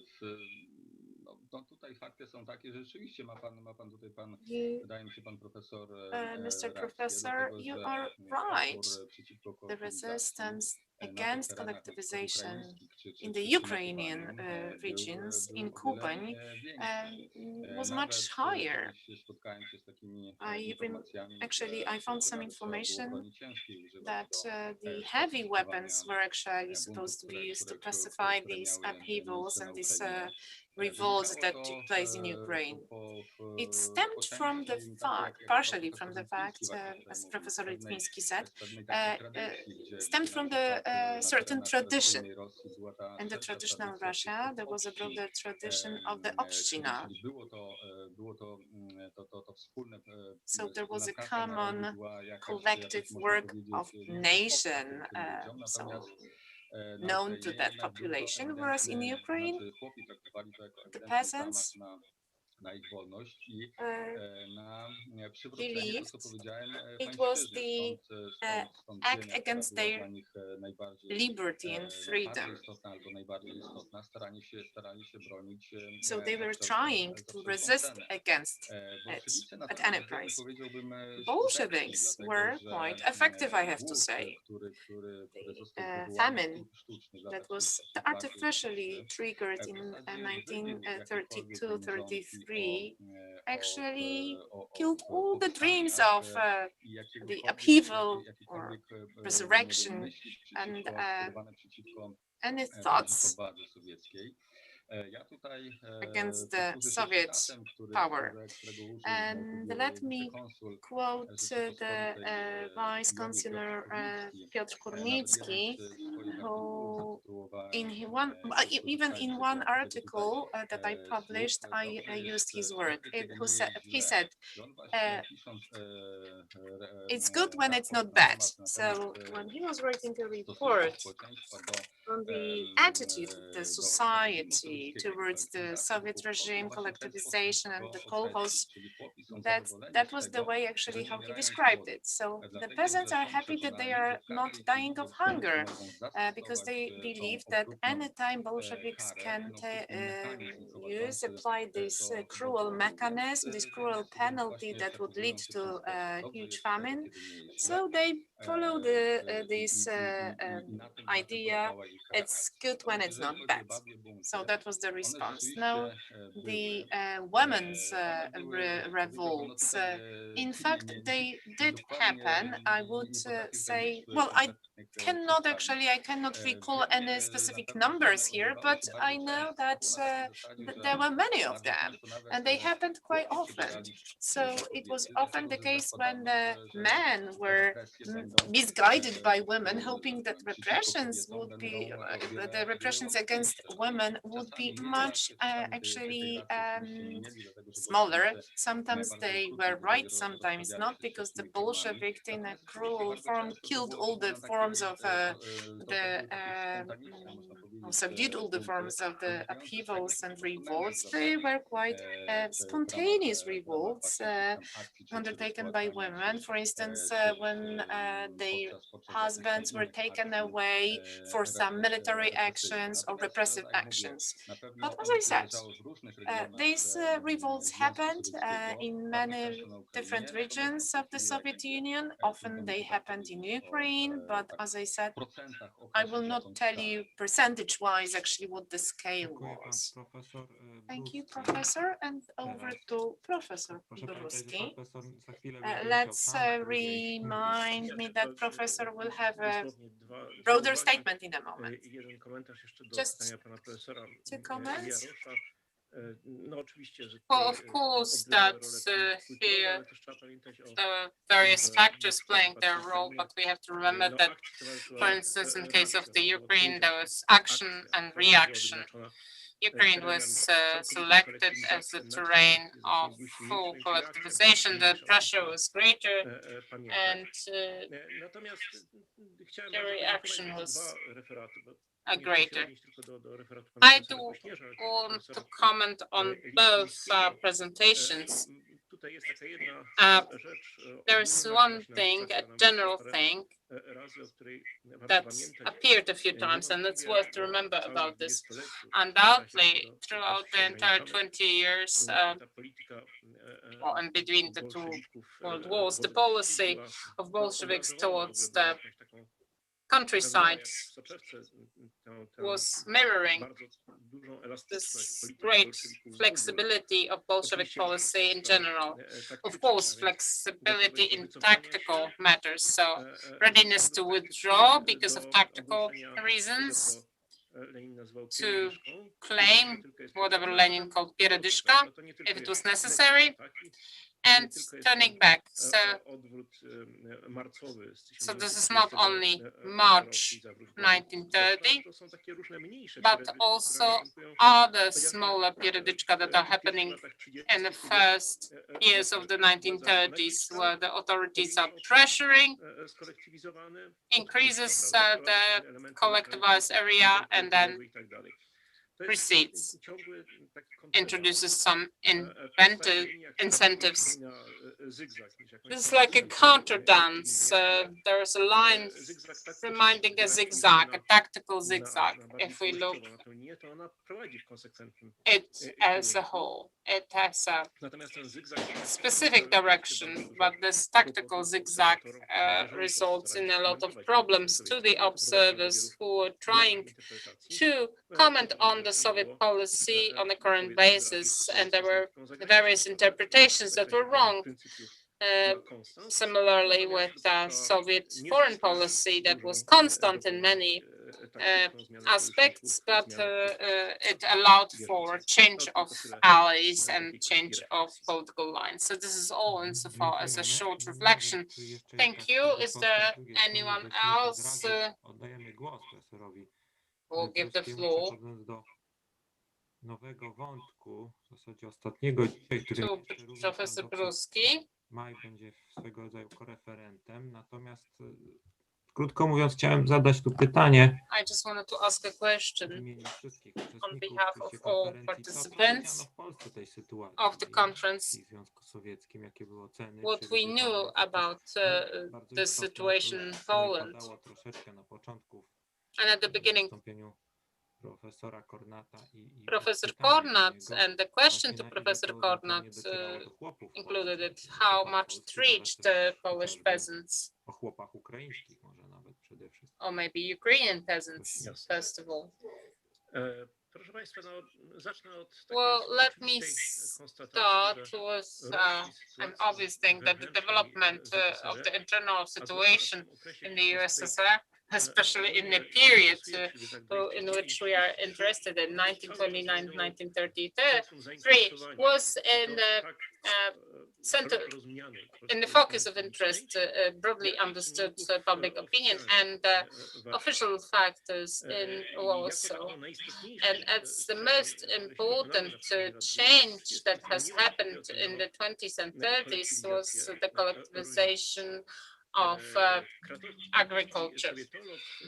The Kraków-based Sovietologist Professor Maciej Starzewski in 1933 assessed from the perspective of years what follows. Stalin carried out a real third revolution by its dimensions, surpassing the previous two. The March Revolution swept away the Tsarist regime and its organization. The October Revolution smashed millions of people in the upper class, and the Stalinist revolution hit tens of millions of peasants, toppling the existing agrarian system, which was based on the private peasant farm.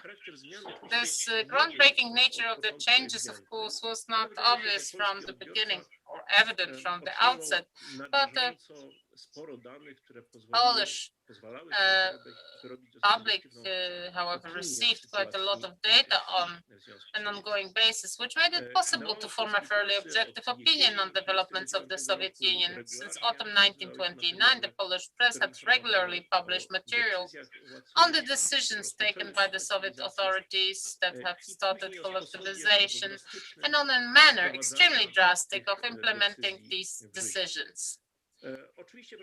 These were, of course, texts of varying content and quality, a degree of credibility, from more or less sensational reports in the popular or even tabloid daily press to subtle analysis in specialist periodicals. We have to remember here that none of the Polish titles had at their disposal, however, until 1932, because this is when the journalists of Polish newspaper appeared in Russia, had their own correspondent, but they were using quite extensively the publication of foreign press. And it should be stressed that Soviet publication, which in this period, despite censorship restrictions,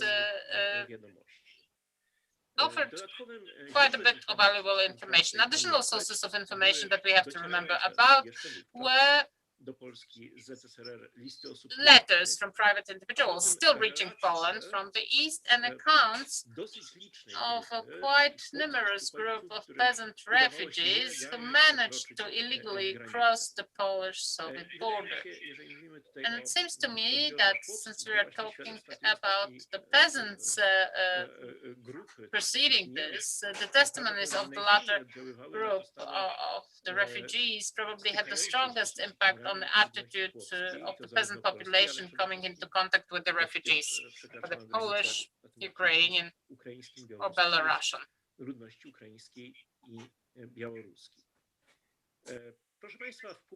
Ladies and gentlemen, in the publications that appeared in the Polish press, we can find a number of data on the ruthless pacification of the Soviet countryside, but also about the resistance brought by collectivization, manifesting itself in the form of spontaneous revolts and even local uprisings. This resistance initially led some Polish observers to formulate over-optimistic forecasts about the imminent collapse of the Soviet system, of the Soviet regime. Symptomatic that the leading force here was the press of the peasant movement, which convinced its peasant readers that the Bolsheviks' attempt to subdue the countryside would end in their defeat. And I allow myself for a small quote, but a quite typical one. Many a revolution has already crashed against the weak wooden threshold of a peasant's hut, and the Russian Revolution will also break its neck.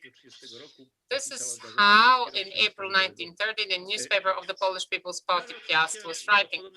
But of course, similar evaluations soon had to be abandoned, and texts in 1931, and especially in 1932, were stating the general success of the Bolsheviks' activities, although it was always stressed that it was at enormous cost, and that this success is very questionable in economic terms. However, one evaluation or one estimate would return as a refrain this basic consequence of the transformations that taken place in the USSR was the actual reintroduction of the serfdom system in the Soviet countryside.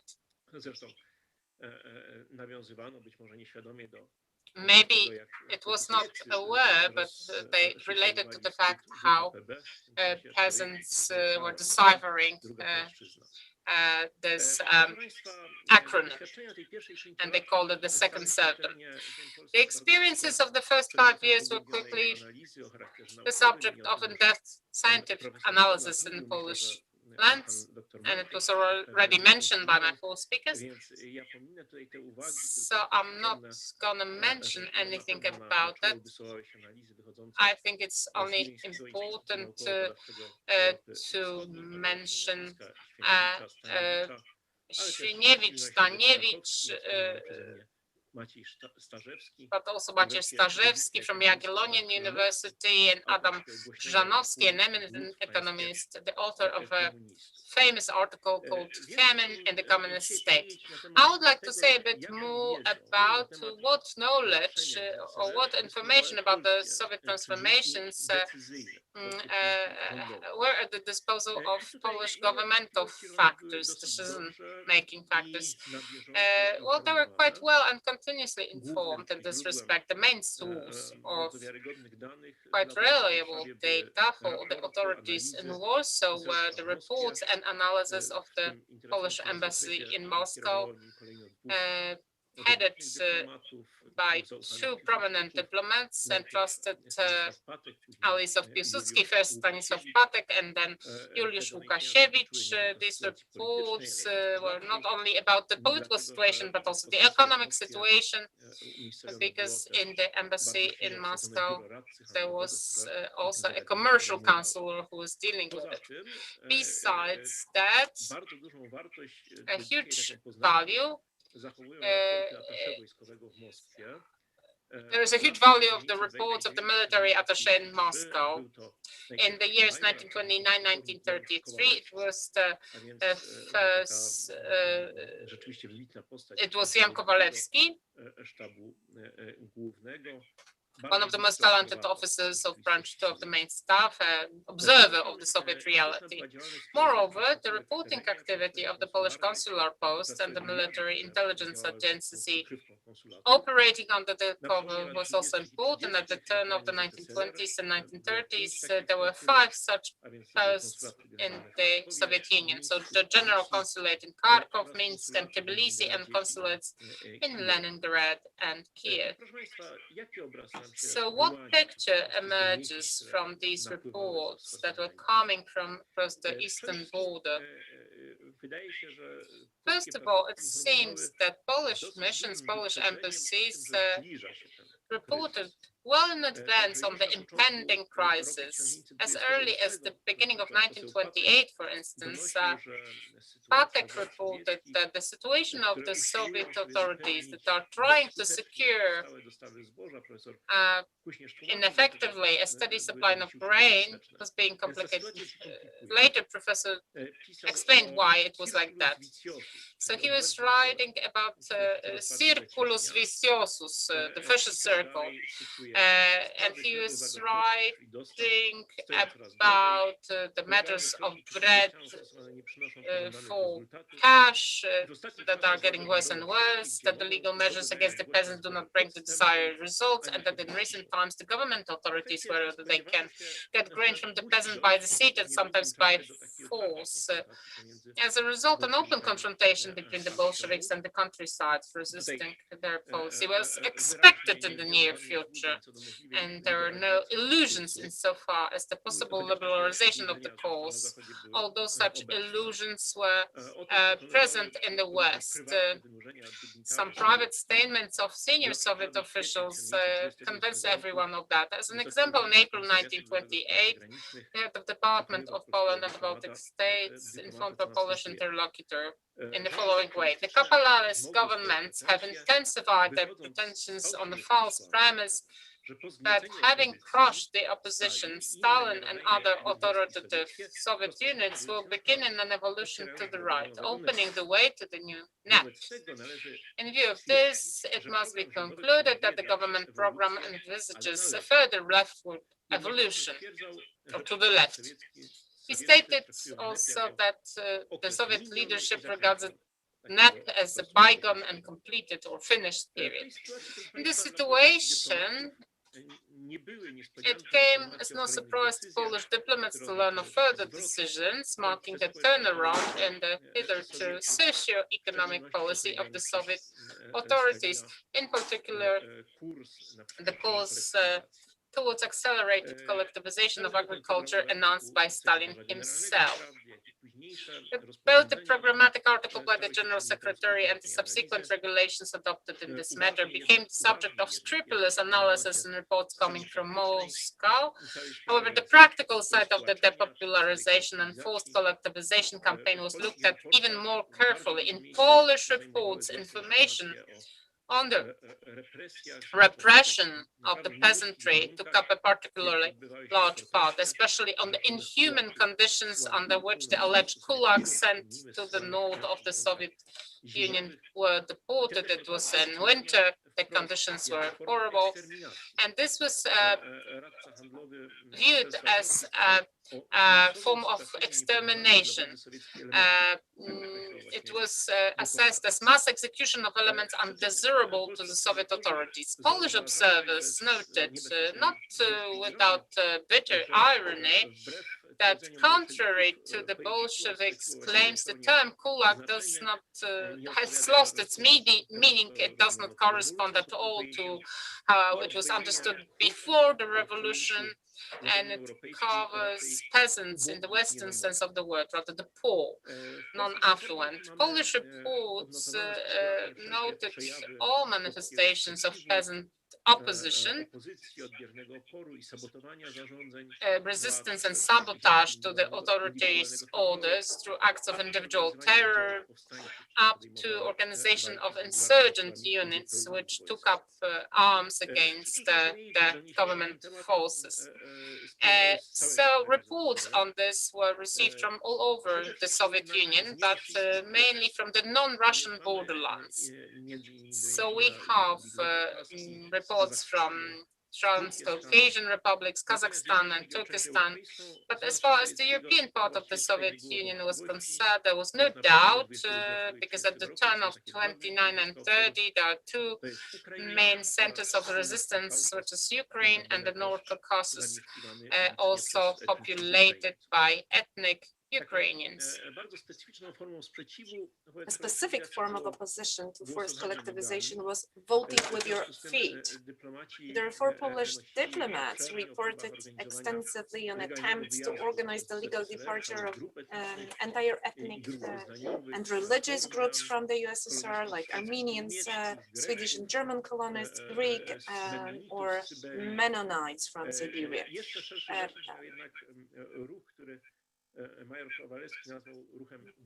However, the illegal desertation movement had a wider range, as Kowalewski wrote in March 1930. Poland and Romania have become the promised land for the border population. This movement is still held back by winter and the strengthened protection of the USSR's border. But in the spring, thousands of people, German colonists, Poles, Ukrainians, and Russians were to come to the Polish border, and our consulates are full of applicants begging to go to Poland. So the local population had high hopes of Poland's attitude towards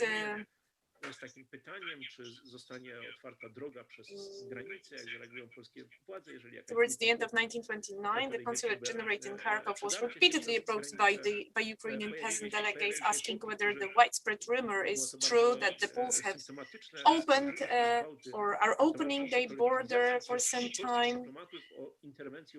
And they were asking actually for the interventions, so they did not understand the full situation. In October 1931, in a consulate in Kharkov, they had a visit of the delegate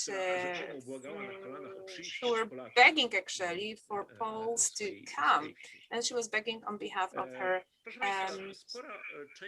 village. So quite many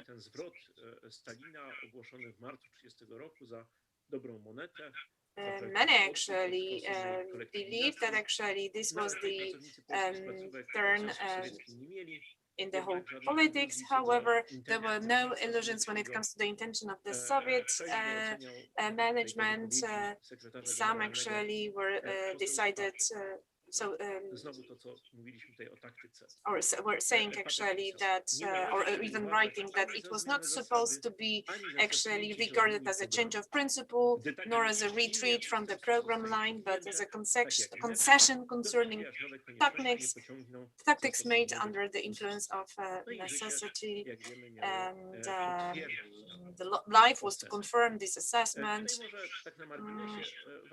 Just let me mention that the authorities in Warsaw relied not only on reports from diplomatic missions, but also on opinions formulated by various authoritative figures who had the opportunity to visit the USSR.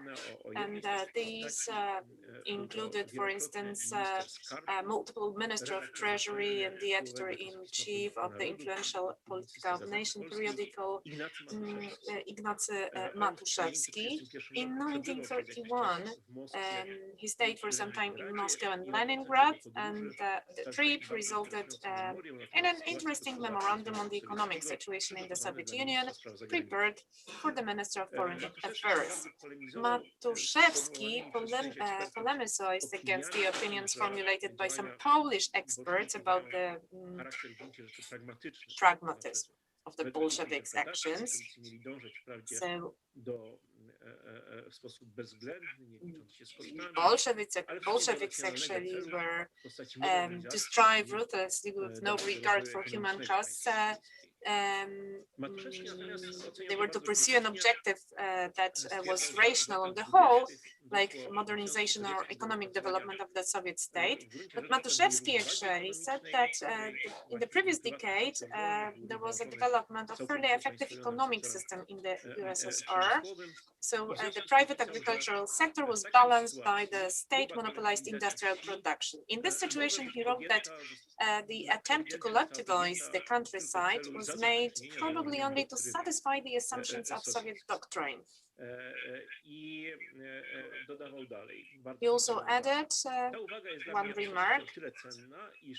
This remark is for me personally all the more valuable because if it turns out to be correct, then the whole of the Soviet policy should always be judged as the policy of the orthodox Marxists above all, for whom all other considerations are only incidental ones.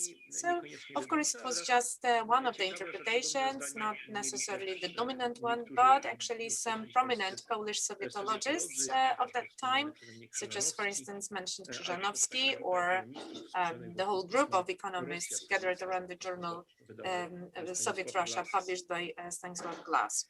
They also followed a similar line.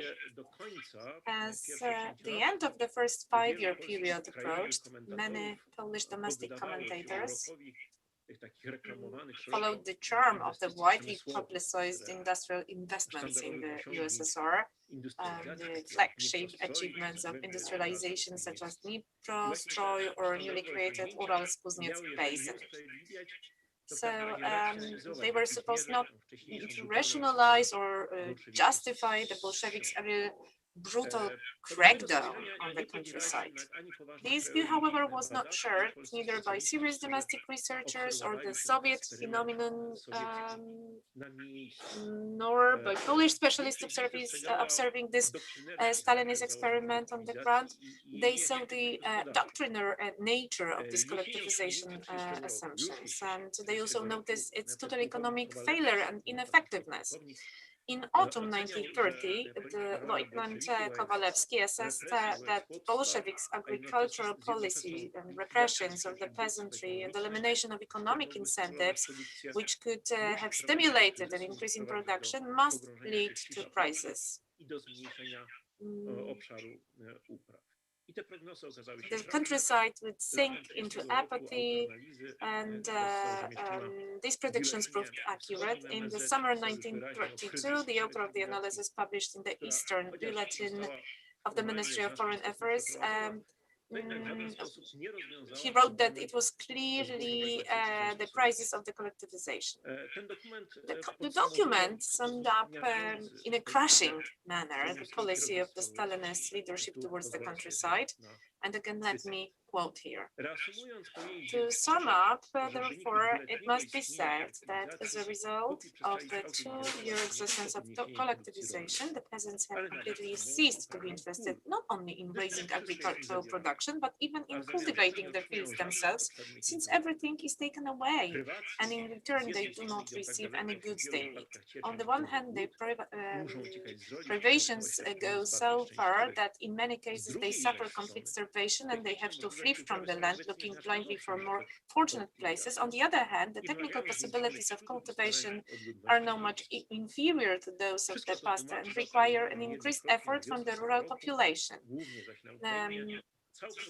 All this explains the total resignation of the peasants who, on the eve of the spring sowing, shunned all work. So, ladies and gentlemen, in this situation, the In the light of this assessment, the outbreak of famine, which in 1932 and 33 engulfed vast areas of the Soviet Union, not only Ukraine, because Ukraine, of course, in the Ukraine, it turned for various reasons into a genuine humanitarian catastrophe on an unprecedented scale, could not have come as a surprise either to the Polish missions in the USSR or to the domestic factors they informed.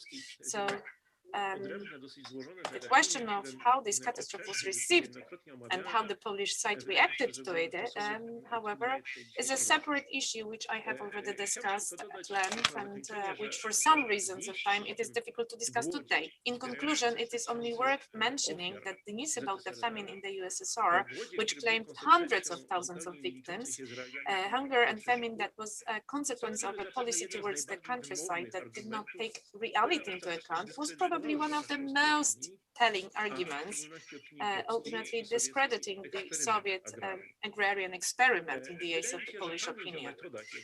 The memory of the methods by which the experiment was conducted and its consequences could not remain without influence on the attitude of the Polish countryside, which a dozen years later was to face attempts to introduce a new communist order on the Vistula River. Thank you for your attention, ladies and gentlemen. Thank you, Professor. Well, you exceeded your time. I didn't want to interrupt you because it was a very interesting statement. So now I would like to ask Dr. Ireneusz to continue to supplement on this intervention, specifically actually to continue the Sovietology. Bardzo dziękuję, panie profesorze. Proszę państwa, aspects. Ladies and gentlemen, just to refer to the statement and intervention of Professor Bruski, let me refer to the aspect or to the fact what was actually known in Poland about the situation of the Soviet countryside. So definitely it's worth referring to the information that was rendered and transferred relayed by two institutes, the Vilnius Institute and the Warsaw Eastern Institute. And of course, I would like to say a little bit more about these institutes here. So indeed, the Soviet topics were broadly discussed in the publications of the Eastern Institute, and there was a clear distinction or the periodical publications by institutes such as the quarterly East Orient and Polish-Ukrainian Bulletin Weekly. They published a lot of interesting articles, and I think it's worth mentioning that in 1933 there were like 5 editions of the Polish-Ukrainian bulletins devoted to the topic of the famine in Ukraine. Those individual articles definitely inspired by the editor-in-chief, Mr. Bączkowski, as well as the chronicles are of a huge value. The chronicles actually published in individual editions, and they refer to the or to the reports received from the Polish information agency. Information received from the journalists and reporters from Tallinn and Helsinki, reports actually from the Western press. It is also worth mentioning that in the institute itself, there were attempts to analyze the whole situation in the Soviet Union and Soviet Russia as well. No i na te tematy So these topics were discussed by young people. We had the youth groups devoted to Soviet-related topics. w ramach posiedzeń tychże sekcji odbywały się bardzo ciekawe Eastern odczyty. I na przykład East-related topics. So in 1932 there was the whole series of readings initiated by Stanisław Glass. These meetings were odczyty dotyczyły również about the collectivization. Tam też wystąpienia związane There were głodem na Ukrainie. Więc można powiedzieć, że topics tutaj sporo related się na ten to temat mówiło. famine in Ukraine discussed. So we have to say, on many occasions, this topic have been discussed in the Polish-Ukrainian Bulletin and East Orient publications. These topics were broadly tackled upon. So of course we have to mention the activists. To się nam jawi taka postać mało znana, aczkolwiek warta podkreślenia, mianowicie był to prezes Instytutu Wschodniego. So the president of the Eastern Institute, the deputy to the Polish parliament, the activist, political activist related to PPS from the very beginning in the First World War. He was also very active. So on top of the various information carriers like the press and media, who had a limited number of the readers, and bear in mind that not all peasants actually read the press and printed words, but many, of course, heard words distributed by the agitators, political activists. So interesting situation in the Polesie that I would like to discuss now. And I would like to talk about earlier years, 1920s, when in Polesie there was the propaganda war, typical propaganda war that has started in Polesia because of the elections in 1922, and they realized that this is a virgin area from the political point of view, Polesia is, and one could win some election votes there, and a very valuable work was done by the emissaries of the Polish People's Party and agitators, and PPS and PSL wyzwolenie success was significant thanks to these campaigns. They've introduced, they brought to the parliament, lower chamber of the parliament, the same. Their candidates are MPs, and Stanisław Siedlecki became a senator, although he was more related to Ukraine because this is where he was from. And it turns out that here he received the votes of the inhabitants of Polesia from the Belarusian nation.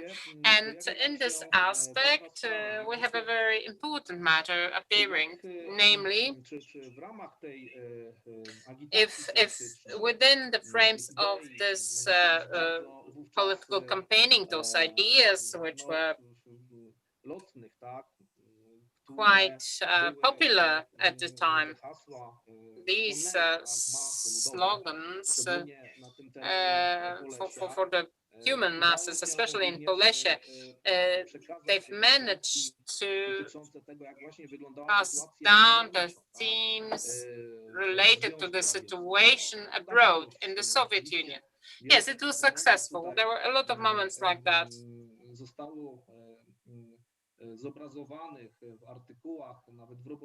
That were presented in the articles in the newspaper called Robotnik, the worker, information about rallies in various towns. Socialist activists, besides these resolutions that they passed at the meetings,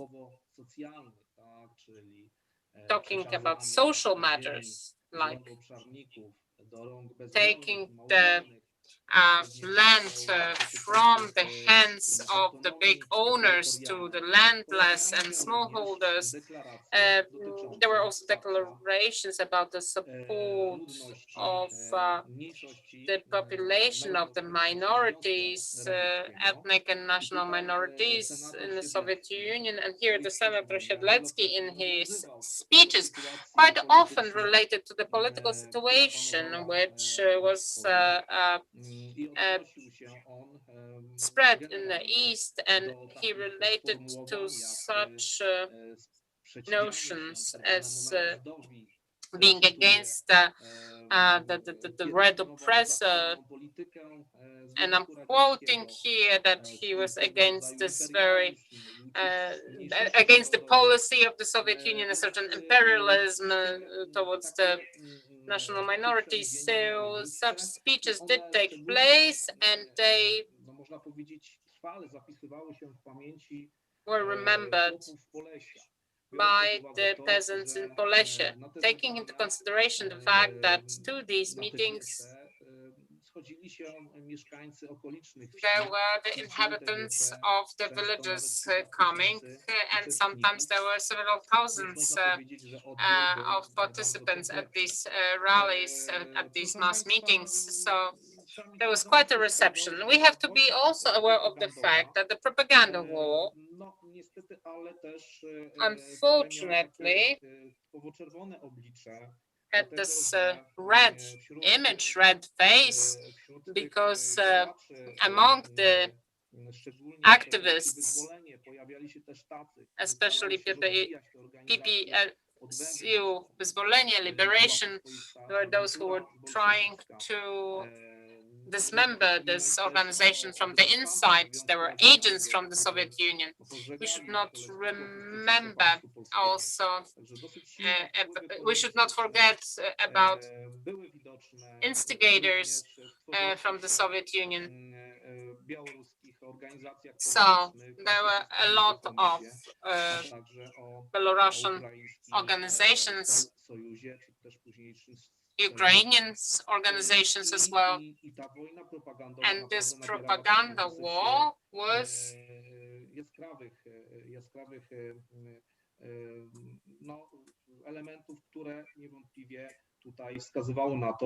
quite visible.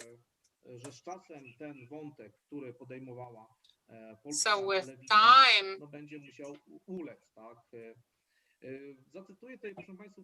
the left wing had to collapse. I would like to quote a part of a report that interpreters didn't receive. Report about the impact of PPS and this tactic.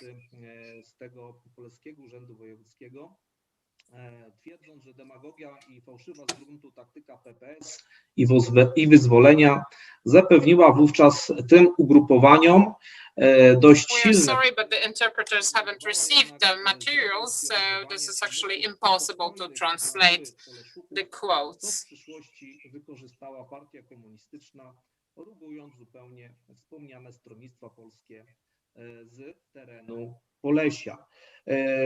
Rzeczywiście, and it's true, the collapse of the agrarian agenda represented by these two parties is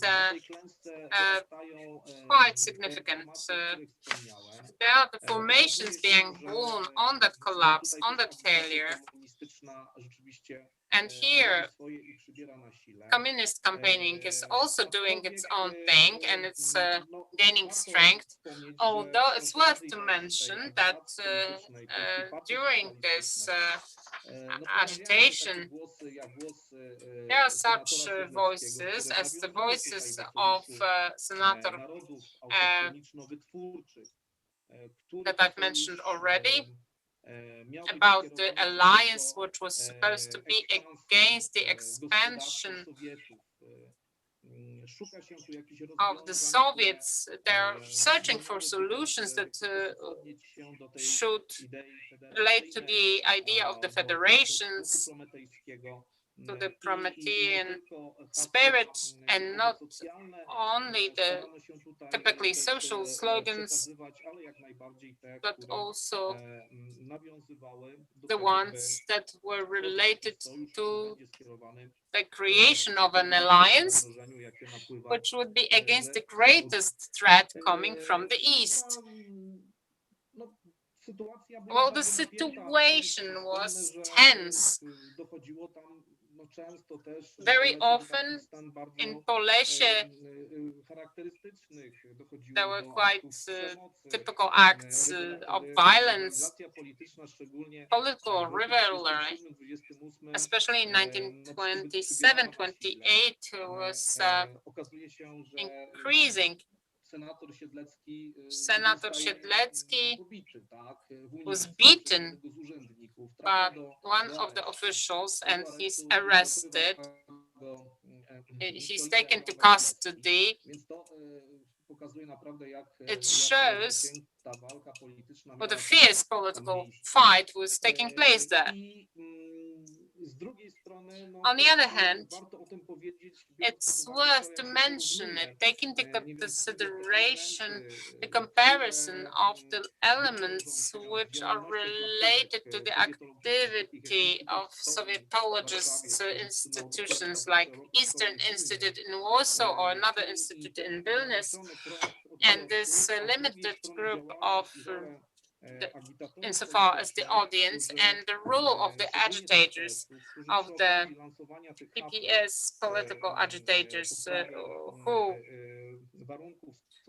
while popularizing the slogans of the improvement of social conditions and agrarian reform, are trying to give information to the local inhabitants about the life beyond the eastern border and try to develop a cooperation program which will be which will bring fruit in the future. I understand that my time is limited, so I would like to finish at that.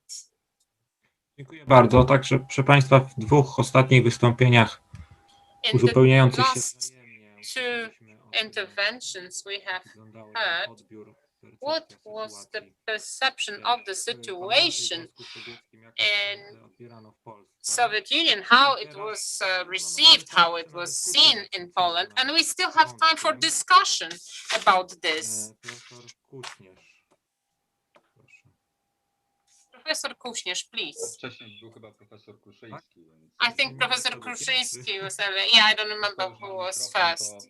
But since I have the microphone, a short reflection really, because in general, out of the papers of Professor Bruski and Dr. Mai, it turns out that the knowledge did exist, and I agree with it fully. However, a very short reflection about what was happening later, because this is about the entire interwar period, the span also. So something that I have mentioned about the deportation and other anti-Kulak operations, it was much worse. Although during deportations, such information was forwarded by our consular missions or the embassy in Moscow. One of our diplomats was intervening on behalf of deported Poles, but if we are talking about the period, the second period, insofar as the brutality in Soviet Union, so the Great Terror period, it was much worse. Well, people knew, and there was information reaching them about some really bad things happening, that there are some arrests, but they didn't know about what is happening to these arrested people later. And as I've said, during the Kulak operation, during the repressions in Soviet Union, 386 tysięcy zostało wymordowanych. 386,000 people were murdered, but we cannot find it in any Polish document. If we looked at the diplomatic missions of other countries, there is no talk about that, about the mass murders, mass crimes. This is the best evidence of how effective a regime it was, the Soviet regime. The regime that was not only murdering people, but didn't allow for any information about the true crimes to come to be seen outside of the country. Professor Wyszyński, it's good that Professor Kuśnierz took the floor, because I'm going to ask a question to all of you. I'm not dealing with it now on a current basis, but since we are all sitting here, we have read the reports that were discussed here from the end of the 20s and from the 1930s about the collectivization and the situation in the Soviet Union. I have a question to you, gentlemen, linked to my own reflection. Professor Bruski mentioned Patek. Patek usually was signed under these reports, and commercial attaché or commercial counselor in economics, Zabieło, Ponicki, Chromecki, Załęcki, many names, but what do I mean when we take all these reports in our hands and we read them? They are very professional, but I wonder if it's not just at first glance, because it is really shocking. But did anyone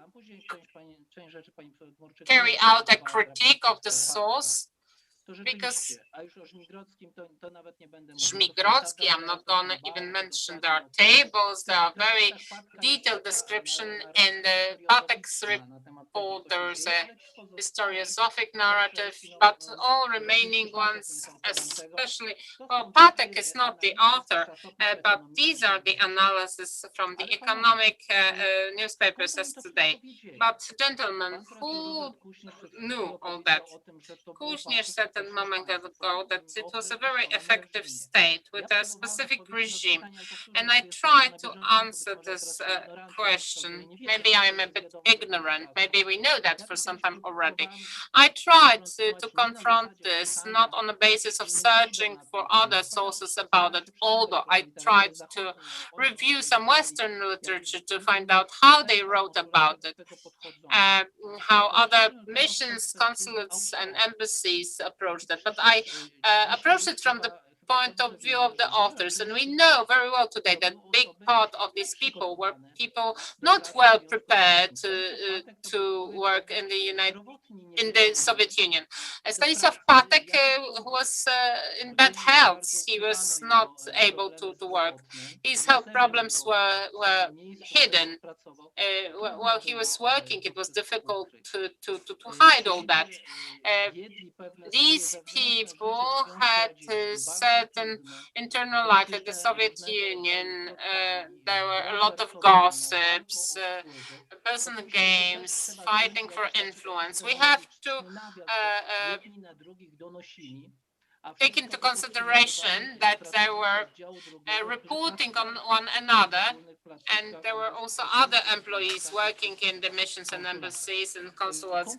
So, concluding, also Jan Kowalewski, how professionally he was prepared to work as a diplomat collecting information. My question is there anyone among you who tried to confront these materials with something else? Don't we have an illusion of professionalization of these people, knowing that their life among the preparation of these reports is far away from the professionalism that we see in that? Where do they get this data? Because I don't think it's a data of intelligence. Polish intelligence didn't have sources that could bring such detailed information on the situation about collectivization. They were traveling, of course. I was reading reports from the Ukraine. They tried to travel to look at those villages, but this is not enough. When we look at those tables, those detailed reports, and we can see it clearly during the reports or papers presented during the meetings. So isn't it an illusion, this how professional these reports are? Because we'll never learn the truth about the collectivization in the Soviet Union. How do you evaluate these people and their reports? Please give us the answer. I think that we have about 5 minutes. If I may, No to jest bardzo dobre pytanie, które na pewno warto. This is a very good question. Jeżeli chodzi o te źródła informacji, na których bazowali polscy obserwatorzy, to trzeba powiedzieć, że to były w znacznej mierze. Talking about the source of information, please bear in mind that to a large extent these were the sources of the Soviet origins. It was like the Soviet intelligence and Soviet publications, and where we have the tables, we may, well, be the statistical data or more often, as I believe, data delivered, reported by the media, Soviet media, on a daily basis. So we cannot guarantee for its accuracy. However, and here a lot depends on the period that we are discussing. So data that appeared by the 20s are more accurate than the data actually published later on, after this breakthrough period. And I believe that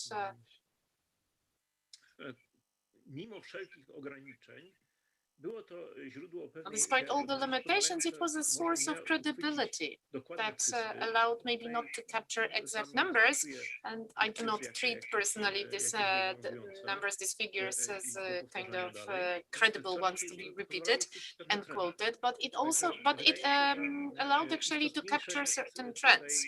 So more important is to have the ability of observation and drawing conclusion of these trends. So I wanted to draw attention to certain conclusions in my intervention, and I believe that actually this they were quite correct, and we have, of course, we have to discuss, you know, the individual figures. If I mention Patek, it's a certain simplification because he signed off the report, but of course, every time we would have to actually think who gave him this report to be signed, whether Patek agreed with the content or not, etc., etc. So it was certain, you know, simplification here.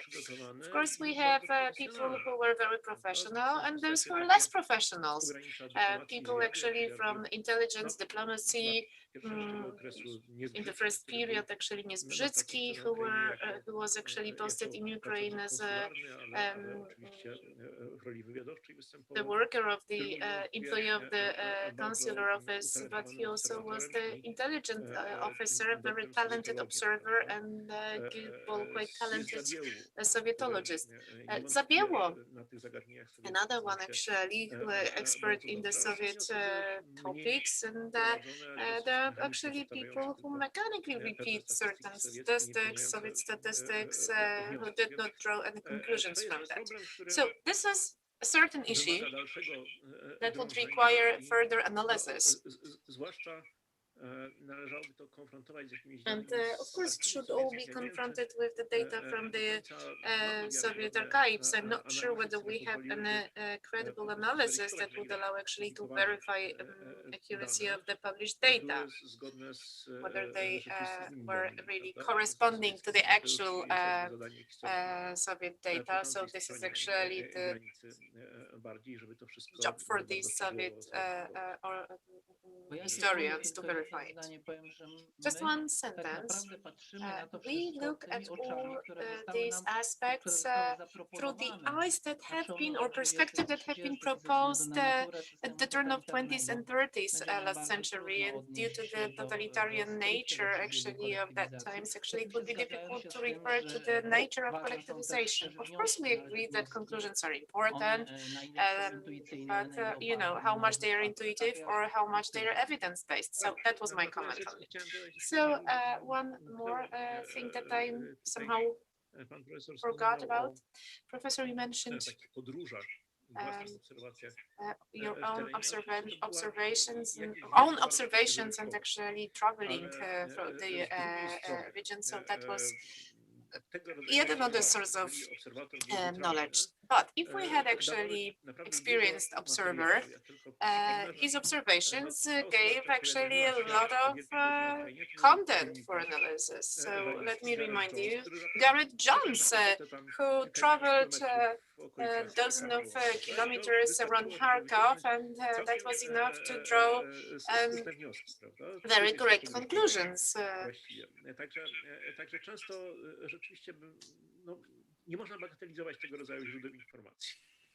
So we cannot actually forget about this source of information, for instance. So maybe 1 minute for Professor Kuśnierz as the last commentator here. So I believe that the question of Professor saying about the credibility of information, that would be the opening for the yet another session for discussion. Great question.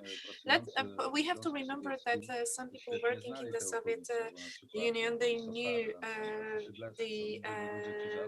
these regions very well. For instance, Skrzydlewski, Hutnicki, Piotr Hutnicki, these were people who were born there, who were raised there, who were going to schools there, so they used to live there actually before the 1920, 21, then they were actually outposted there as well. So a very important source of information was also the Polish local minority. So if we talk about the collectivization or Holodomor, of course, there were many informations or reports saying that plenty of people coming saying the same. So based on this, it was possible to draw conclusions. These people often tend to observe what happened around, and there was one of the vice consul who saw in his own eyes when the dead bodies were buried actually. These were the victims of the Holodomor. So these were reports actually rendered by the people who saw all this. Of course, certain reports were exaggerated, were not correct, not accurate, but we can find in archives some information on the other side. Yes, I'm talking about the intelligence information. So people who were actually drawing up some reports, they were also not coping. They were not coping with the whole situation. Remember, they lived in the regime, in the country, in the state, where dead bodies were actually lying on the streets. So don't forget about this, about their personal situation. So I encountered one report, 3rd of May 1933, during this famine in the Polish consular office. There was a party thrown. So one of the Polish officials got drunk and started to shout to Soviet guests that purposefully they led to famine and Polish nationals are dying. There was yet another report, actually, there was a report actually signed by Łukasiewicz about the mass arrests of the Polish population in Kharkov and Kiev, apparently as well. So that was yet another aspect to be remembered and analyzed in depth. Thank you. Thank you very much for interventions, all voices in the discussions, very interesting, and we could actually discuss on. Now we have yet another we have more panels planned for today. Now I would like to give floor to the host of this conference, Professor Wyszyński. Thank you, Professor. Thank you for this interesting discussion. Unfortunately, I was able actually to follow only last minutes of this discussion because in the building that working was actually announced the bomb alarm, so for 1 hour I had to stay outside. Weather is beautiful, it's great. Unfortunately, I was not able to follow discussion. Discussion I know was very interesting. So thank you very much. I would like to thank all the speakers, participants, and I would like to thank Professor Mirek Szumiło for moderating discussion. And now I would like to announce 30 minutes break. And at 1:20 we shall